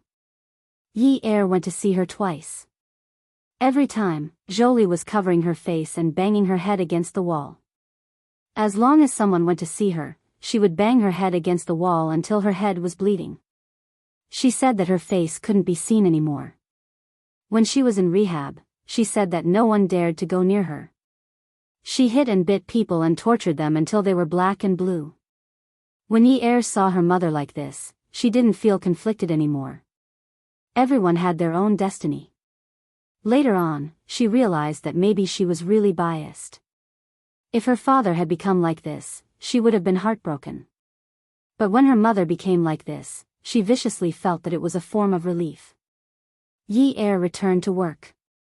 The busy Yi Er kept pestering Xiaoya.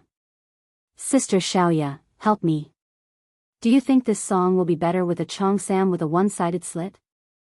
I think a cheongsam with a one-sided slit above the knee would be good because the female partner's legs are very beautiful." Xiaoya knew that this was an entertainment program.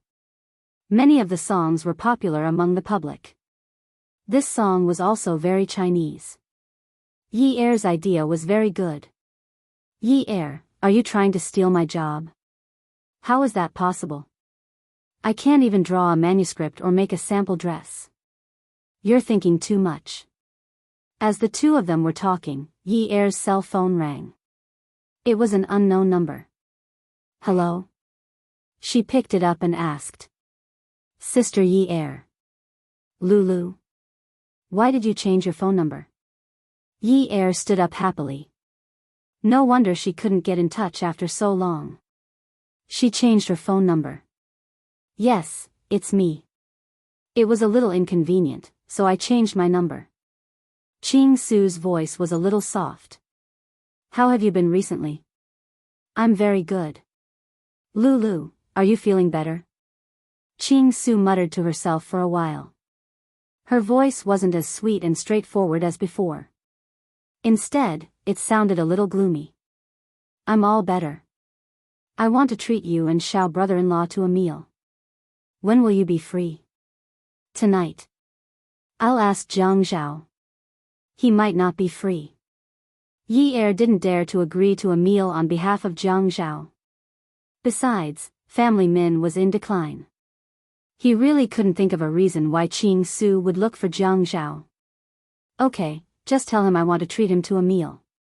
He probably won't refuse. Ching Su didn't sound confident when she said this. But just as Ching Su said, Yi Er repeated Ching Su's words and Jiang Zhao agreed to the meal. He still remembered the scene when he went to see Ching Su after she woke up from her car accident. He remembered all the promises he made to her. Perhaps Ching Su didn't forget either. Some debts had to be repaid. Jiang Zhao told Yi Er not to go with him because there were some things he wanted to talk to Ching Su about in private. A powerful novel, Songshu 566.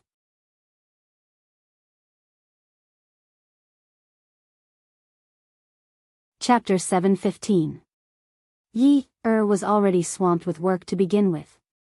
Hearing Jiang Zhao's words, she agreed. In a small private room in Haiyue restaurant, only Jiang Zhao and Ching Su were seated. Just as Jiang Zhao expected, Ching Su went straight to the point. She didn't seem to be in good spirits. Her head was slightly lowered, and she didn't have her usual vigor. Her voice was also no longer crisp. Xiao brother-in-law, do you still remember what you promised me? Yes, I remember. Just say the word, as long as it's within my means. Jiang Zhao was fine when he didn't see Ching Su. As soon as he saw Ching Su, he felt that this girl shouldn't have suffered so much. He was responsible for both of her injuries. Ching Su looked up at Jiang Zhao. Actually, I feel that I'm not a good person. When I saved Yi Er's jizya, I didn't think of asking you for anything in return. I really didn't think of it. Ching Su's words and voice were filled with deep helplessness and self-deprecation. It was as if this kind of action made her feel embarrassed. But now, I have no other choice. I can't find anyone to help me. After hesitating for so long, I can only bring this matter up to you. It was clearly a very simple matter, but now I've made it a little dirty. When she said the word dirty, Ching Su frowned slightly. She seemed to be disgusted. Lulu, you don't have to think like that. Even though you've raised conditions with me, it doesn't affect the fact that you're a good girl. As Jiang Zhao's thoughts turned, he already had a rough idea. Although he hated Min Zikai, as he said, he had always felt that Ching Su was a good girl. Ching Su looked at Jiang Zhao calmly. There was a clear and pure light in her eyes. Min Hongxing has been convicted, but he's only been sentenced. Luckily, Family Min's debt isn't that serious, so they can still get by. But Min Zikai has caused some trouble recently. He got into a lawsuit. His mother said that he was framed. Min Hongxing told me to keep an eye on him and not let him cause any trouble. Family Min only has one son.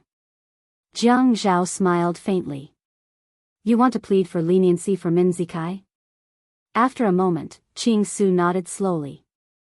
Yes. But I remember that you didn't like him in the past. Min Hongxing said that Min Zikai and I both have his blood in our veins. Ching Su sniffled lightly. Jiang Zhao looked at the dishes on the table. Neither of them touched their chopsticks. He picked up the tea in front of him and took a sip. When he saw Ching Su, this reminded him of Yi Er in the past. Actually, after Ching Su had saved Yi Er's life, he had never thought of setting a trap for Min Zikai again. But Min Zikai didn't know how to appreciate his kindness and went to Yi Er's dance studio to provoke her. If he didn't teach him a lesson, how could he? Min Zikai's ability to make Jiang Zhao uncomfortable was no less than Yunwu's. And Yunwu had been lying low for a long time, so Jiang Zhao couldn't find any loopholes. So when Min Zikai provoked him, Jiang Zhao had a vengeful reaction. Smuggling.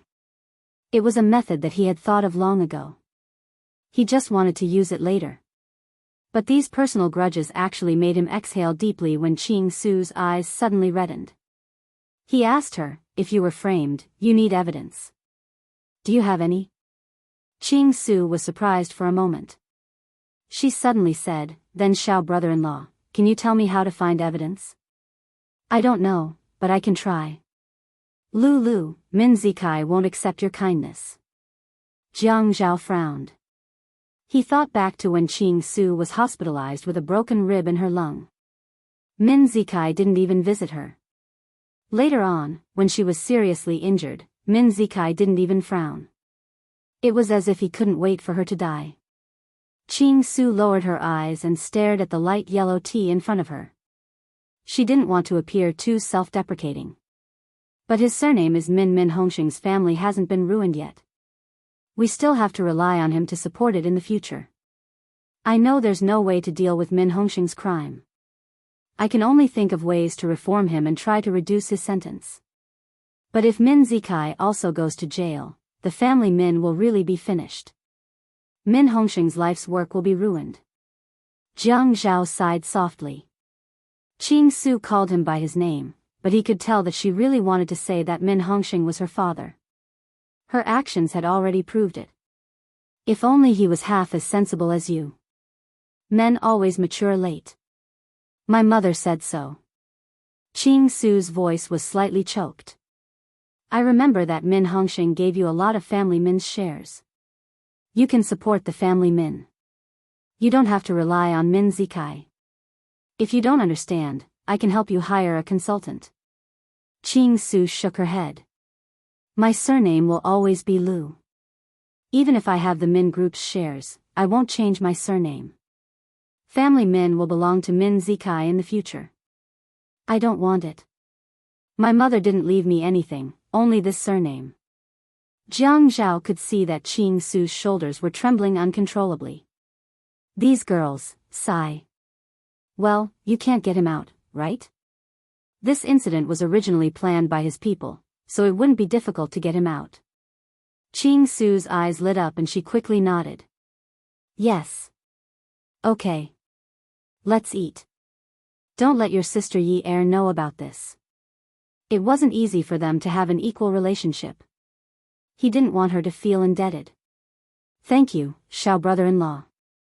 Ching Su didn't realize from the start that Jiang Zhao liked the 3 words, Xiao brother-in-law, very much. It was June and the summer was scorching hot. The program team gathered all the behind-the-scenes staff for a meeting. The general content of the meeting was that the viewership ratings were very good and the finals were coming soon. The station wanted to set a new high in viewership ratings and create a different model. They wanted to find an outdoor venue for the finals. As for the location of the finals, it was also a good opportunity to make money. They would provide a few scenic spots in the country that had good scenery and were also related to their sister stations.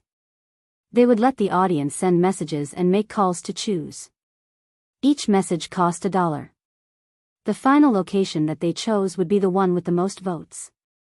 Therefore, some people thought that a coastal city would be chosen. After all, it was the middle of summer and there were beaches, and bikinis. But in the end, the location chosen was the Hulunber grasslands. The costumes, lighting, and mentors had to participate unless they were unwell. Everyone went through a physical examination. Yi Er originally thought that she was injured and couldn't participate. But unexpectedly, after the examination, she was in good condition. Xiaoya hugged Yi Er excitedly. "Io, this is great. I really want to find a reason to leave Haicheng. This is a good opportunity. Yi Er, you have to come with me." "What are you doing? Are you feeling uncomfortable again? What did Haicheng do to you?" "No, I just don't want to face that jerk Zhuang Yichen." Xiaoya felt that it was getting harder and harder to communicate with Zhuang Yichen. Although they didn't communicate in the past, their communication in bed was still very good. Now, she was always looking for reasons and excuses to reject him. She didn't like him touching her and hated him for being disrespectful to her. "It's good to go out and relax." "Yes, do you want to discuss it with Jiang Zhao?" "Of course." Yi Er felt that although they were divorced and no longer lived together, Jiang Zhao still wanted to tell her everything. He even asked her every day about what she was doing. He was used to it. If she didn't tell him her whereabouts, he would feel very uncomfortable. Then go back and discuss it with him. You have to think of a way to make him agree. As long as I'm healthy, he won't object. Yi Er smiled confidently. Her eyes curved into crescents and her face was filled with happiness. Jiang Zhao was no longer as domineering as before. He almost never questioned anything she did. This feeling was too relaxing. The car drove to 9th Mansion. With the Bluetooth earpiece in her ear, she told Jiang Zhao about the TV station's decision and her physical condition.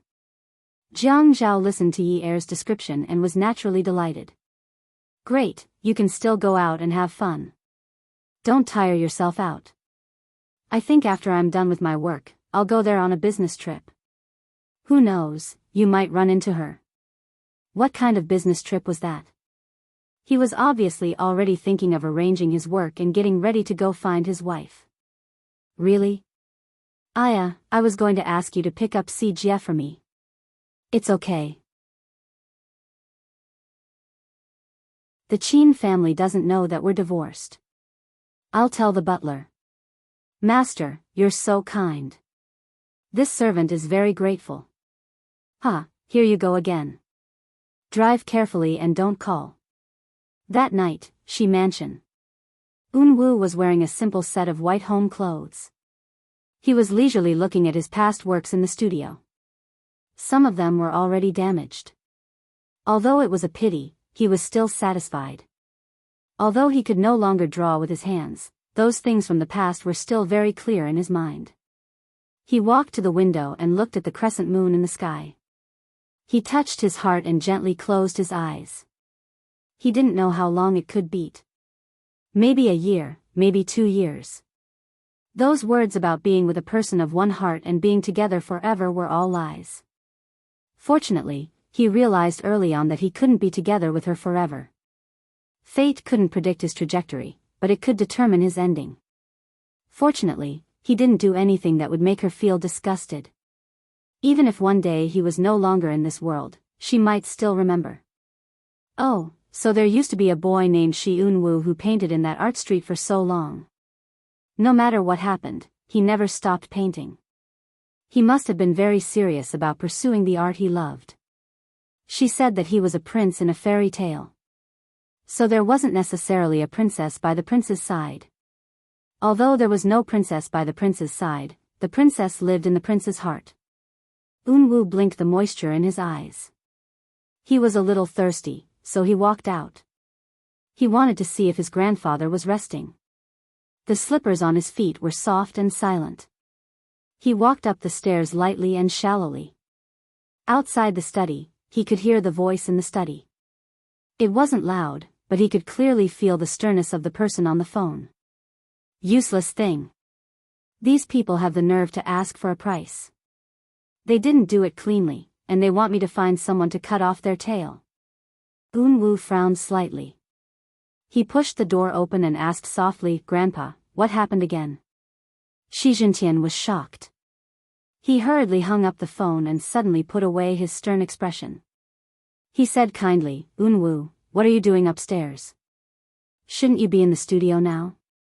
"Oh, I wanted to come up and see if Grandpa was busy." Unwu had already heard Shi Jintian's serious words and was rather worried. "Grandpa, did you encounter some trouble? What needs to be done, but you didn't do it cleanly? Eunwoo knew about his family's background and was nervous. Shi Jintian saw Yunwoo's inquiry and concern. He patted him on the shoulder and walked out, changing the topic. Have you been in a better mood recently? Beauty novel, Hongcha 866.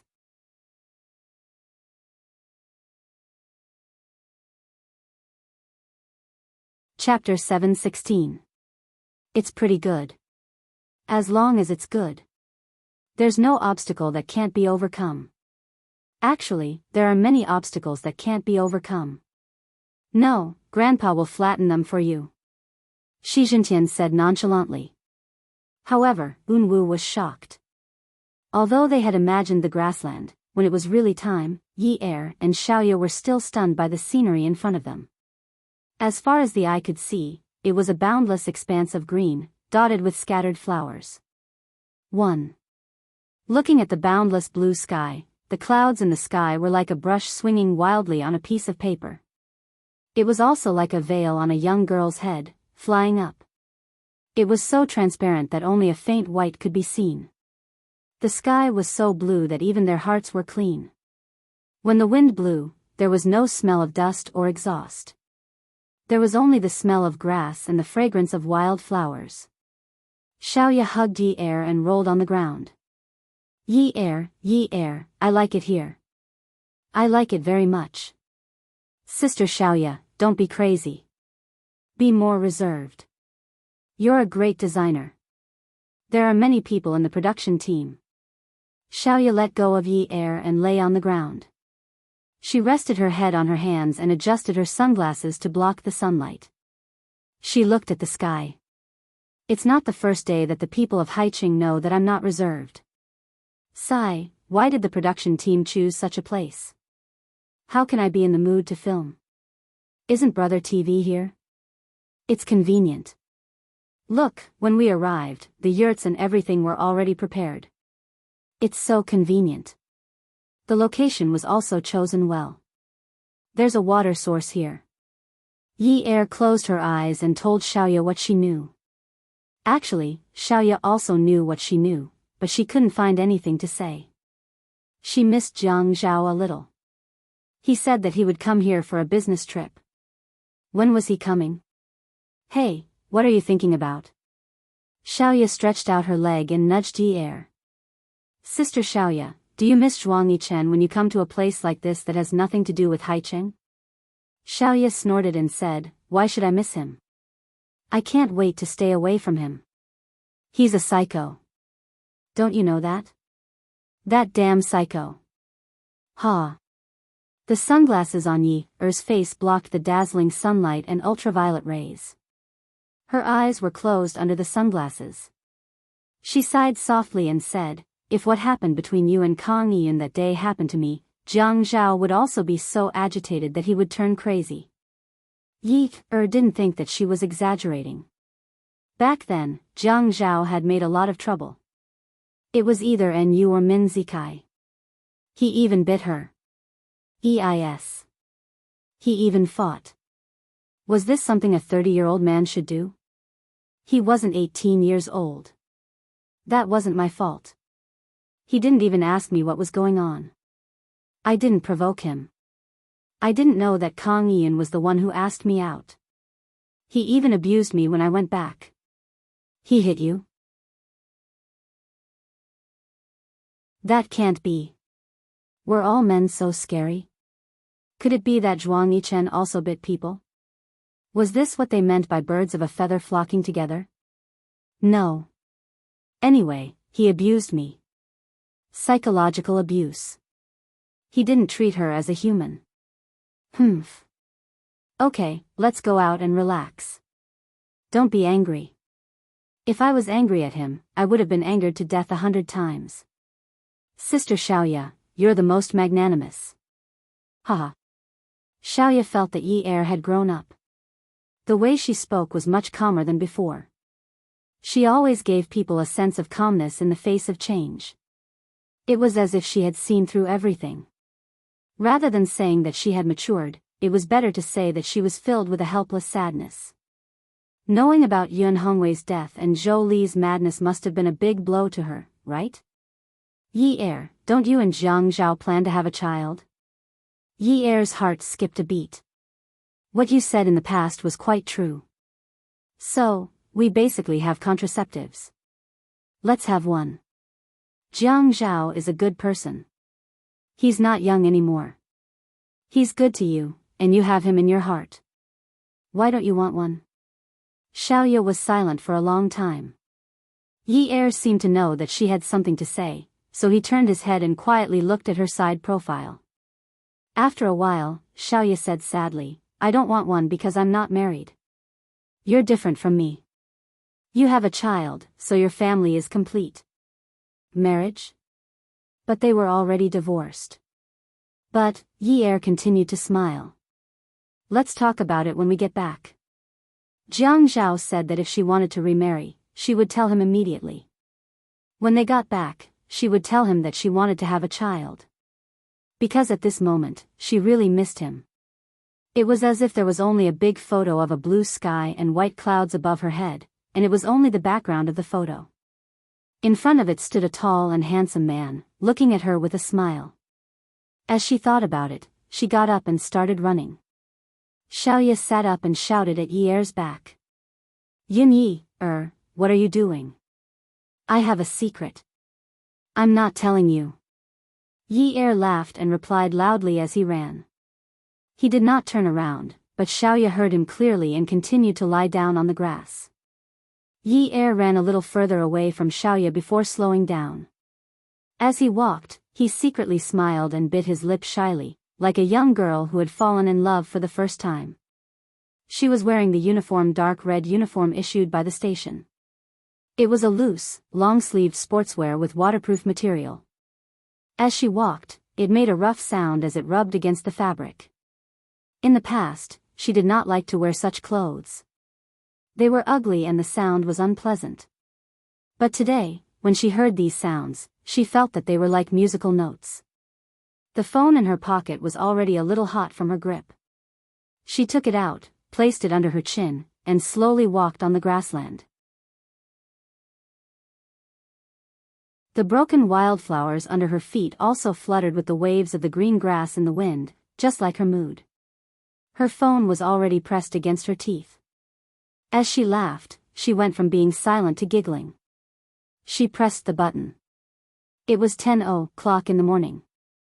It was still too early. He must be very busy at this time.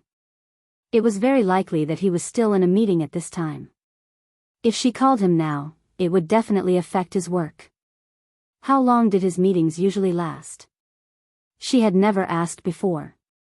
She had to ask next time. She looked at the time from time to time. It should be done in 10 minutes. He had meetings every day. There shouldn't be that much to talk about, right? When she called, it was a long and tedious music. She heard a robotic female voice saying, "The number you have dialed is currently unavailable. Please try again later." Yi Er hung up. It seemed like he was really busy. She turned around and saw Xiaoya, who was wearing the same clothes as her, lying on the ground in the distance. She was probably playing with the wildflowers in the grass. Forget it. I'll call him later. Yi Er slowly walked towards Xiaoya, the faint sound of the wind gently caressing her skin. Her hair was tied up, and her ponytail was blown up by the wind. The ringtone of her phone started to sing cheerfully. Looking at the number jumping on the screen, Yi Er snickered and turned around. She picked up the call and said softly, "Hello." Jiang Zhao was stunned. He was originally sitting on the chair, but he suddenly stood up. She often called him that, but her mood was clearly different from usual. He could even hear the adoration in her voice. Was it an illusion? "Yin Yi, what are you doing? What do you think?" Yi Er lowered her head and kicked her heels with the tips of her feet. She heard the man on the other end of the phone exhale deeply. He pushed up the sunglasses on his face. At this moment, all the cells in his body were singing the song of yearning. Yi Er heard the man's breathing and could imagine that he must be surprised. She imagined him stopping in front of her. She tilted her head and clamped the phone on her shoulder. She reached her hand up to her eyes and seemed to be adjusting something. That was the position of the man's tie. She could help him adjust it and loosen it. She also helped him undo one of the buttons. Then, she stroked down the tie and caressed his chest to help him calm down. She leaned forward slightly, as if she was nearing his embrace. She softly said, "Ah Zhao, the grasslands here are so beautiful. The blue sky is so clear, the white clouds are so white, the air is so clear. Everything is so clean, as if there are no impurities. Ah Zhao. When I look at the sky, I see you smiling at me. You're so handsome." Yi Er's eyes stung and tears fell. Then, she giggled and said, "Ah Zhao, you're so handsome. You're so handsome that I miss you." Jiang Zhao held the phone, tugged at his tie, and unbuttoned it. His big hand stroked down the tie, caressing his heart, which was beating very fast. Although he knew that she always had him in her heart, he did not expect that she would call him to tell him this. If he had known, he would have sent her to that kind of place earlier, so that she could feel that he was handsome earlier and say that she missed him earlier. This woman was really annoying. When she spoke words of love, they were as delicate as strands of hair. She laid the groundwork for so long, but the last 3 words were the main point. This troublesome thing kept saying such sweet words for him. As he listened, he almost cried. When he opened his mouth, he realized that his voice was hoarse. "Yin Yi, I also miss you a lot." As he called out the woman's name, he flipped through the pile of documents on the table. He couldn't stay in Haicheng any longer. He had to hurry and fly over. Yi Er held the phone and looked up at the sky. Xiaoya's words echoed in her ears. She said shyly, "Ah Zhao, when I go back this time, let's have a child." "Okay. Okay." Jiang Zhao slumped back into his chair. He could have said those 2 words heavily, but he said them softly and weakly. The strong waves in his heart had already made him unable to make a sound. He raised his hand to cover his face, and his palm was wet and slippery. Jiang Zhao coldly ran over and started discussing how to reduce his workload. It wasn't like the past when he had to participate in many things. It was also very tiring to arrange the transfer of work. Fortunately, many of the work could be arranged in the name of training. Jiang Zhao started to make arrangements. However, he had to attend a work meeting with the municipal committee for the next 2 days and couldn't leave. He could only book the plane ticket for the 3rd day. The green and blue grasslands always made people want to see cows and sheep in the wind, as well as those galloping horses. When participating in the competition, the station also had to record some of the local customs of the grasslands and let the popular contestants do some interesting things for publicity. This was also a request made by Brother Station. They didn't forget to spread the local culture at all times. Attention, Xinwu 799.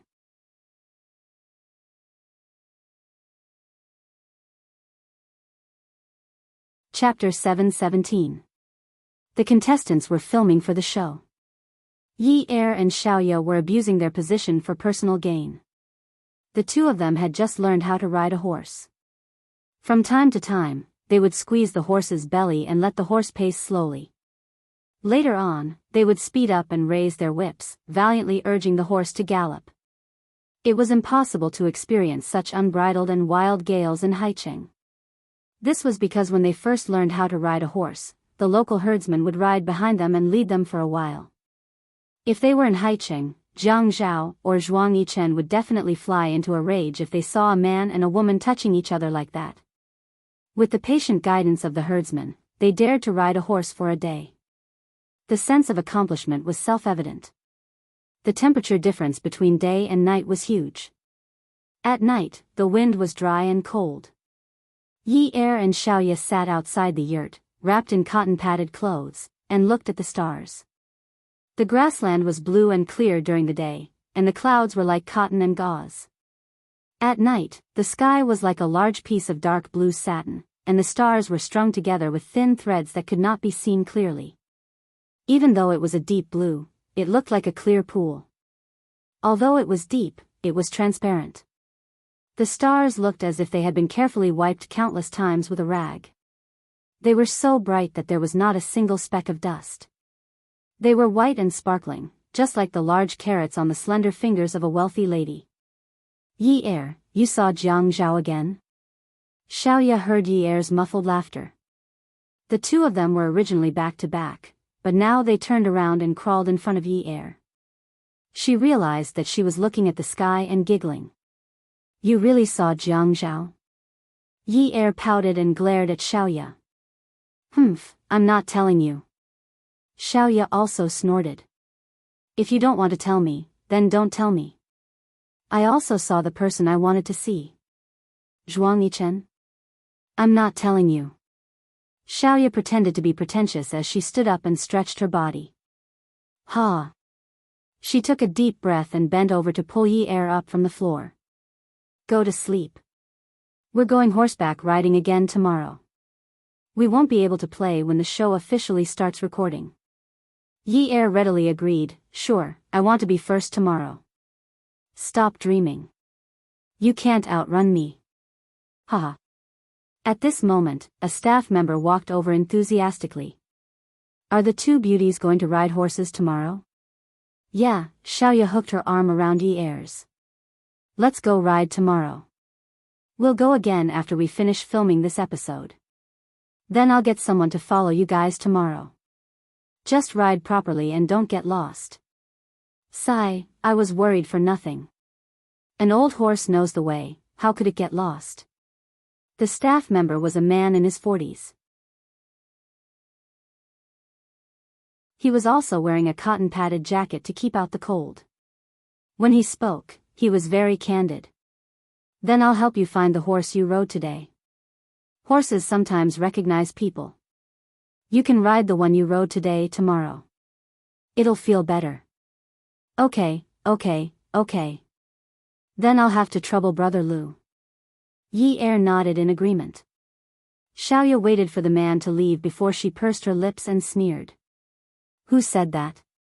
Don't listen to his nonsense. We're going to change horses tomorrow.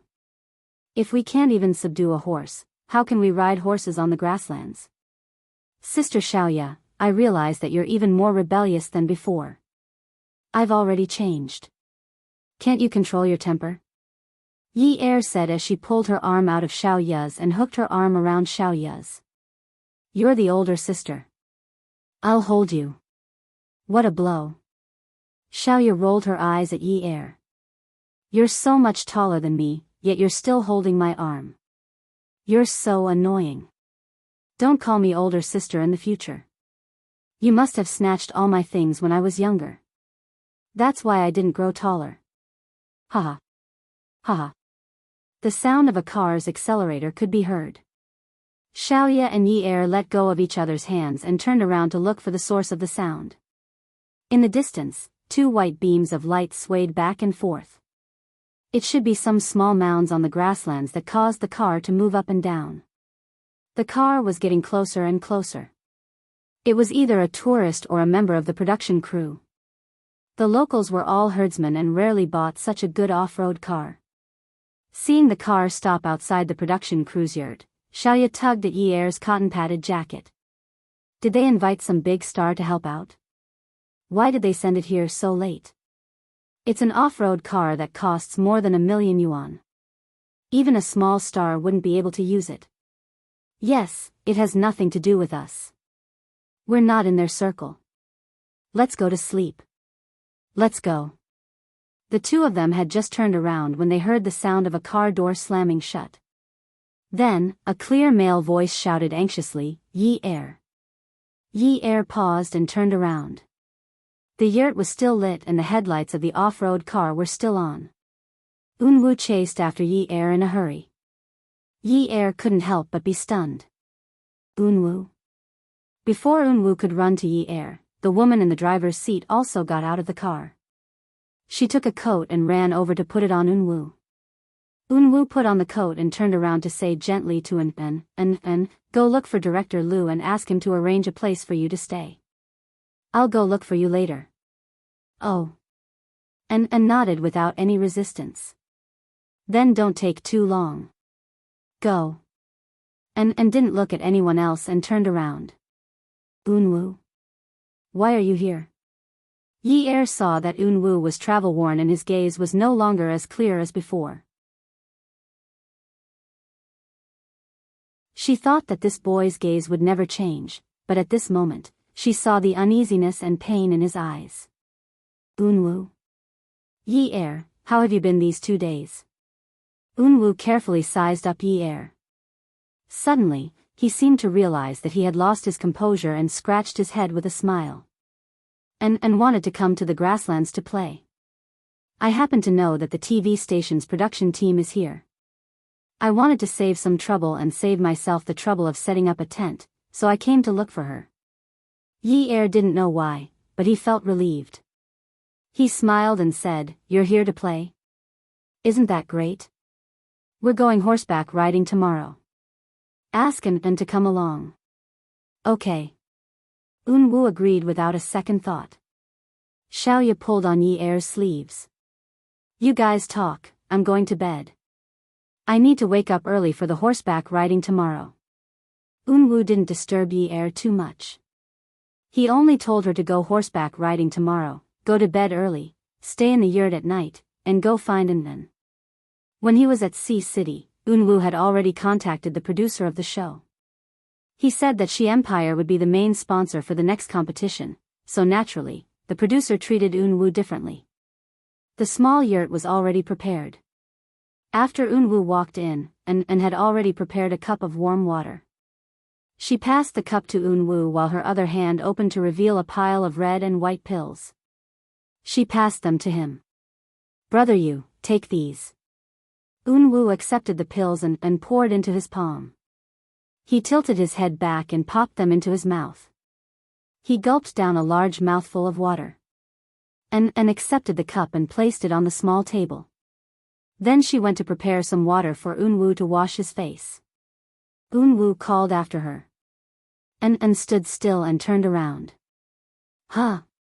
Yunwoo's jacket was a loose winter jacket. It was casual and had a large pocket. He pulled out a business card from the pocket and passed it to An. Drive the car to the airport and contact this person. I've bought you a ticket.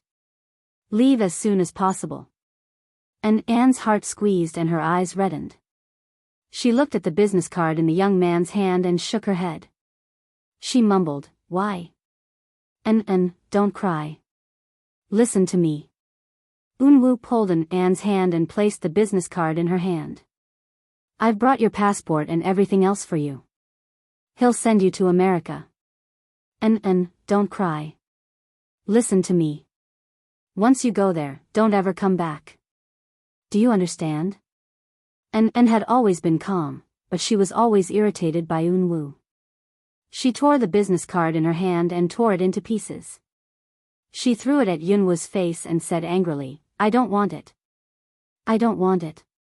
Why are you chasing me away? I'm not in your way. I didn't tell on you. I didn't prevent you from finding Yunyi. Yunwoo's face turned cold. The gentleness in his eyes disappeared instantly and was replaced by a cold and stern look. He shouted. She and saw that Unwoo was angry. Her body trembled and her lips trembled. She wanted to bite her lips, but she couldn't help but gasp for air. Her tears flowed like water. No matter how dissatisfied she was, she didn't dare to resist. What if I don't leave? You have to leave even if you don't want to. And suddenly squatted on the ground and buried her head between her legs. She opened her mouth and bit on her cotton shirt. She tried to hold back her sobs and her words were slurred. I'm not leaving. I'm not leaving. I'm going to tell Grandpa. I'm going to tell Grandpa that you didn't go to participate in the acquisition. You sneaked out to find Yunyi. Shi Unwoo, I'm going to tell on you. I'm going to have Grandpa lock you up and never give you freedom again. Unwoo looked at Anne's trembling shoulders and pain flashed through his eyes. He reached out his hand to pat Anne's head. He slowly clenched his fist and stood firm. He took a deep breath and said coldly, Xianmen, you're going to tell on me? Get your facts straight. You're just an adopted girl. Who do you think you are? You're just an adopted girl to play with me. You're just a servant of the Shi family. And tilted her head and looked at the boy with teary eyes. He said she was just a servant of the Shi family. In his eyes, she was just a servant. And Anne's head seemed to be frozen. She looked up at Unwoo. I'll leave after you leave, okay? I need to remind you to take your medicine. I'll be punctual. Then, I can take care of myself when it comes to eating and sleeping. When An left, it was when the sun rose above the horizon. She begged for mercy the whole night, but she couldn't move Unwoo. She didn't know what she did wrong, but she refused to leave, so Unwoo called his men to take her away. Outside the stable in the early morning, Yi-Er, Xiaoya, Unwoo, and a herdsman were inspecting the horses. The herdsman inspected the horses and then brought them out. The horses that Little Ye and Yi-Er rode yesterday, one black and one brown, were handed to them. He also brought out another one for Unwoo. Finally, the herdsman brought out the horse that he rode all year round. He touched the horse's mane and said some things that they should pay attention to yesterday. His Mandarin was not standard, but Yi and the others could understand. Welfare, Shinwoo 799. You're tuning into the A Romantic Tales YouTube channel. Don't forget to subscribe and join us on this journey to catch the most captivating stories.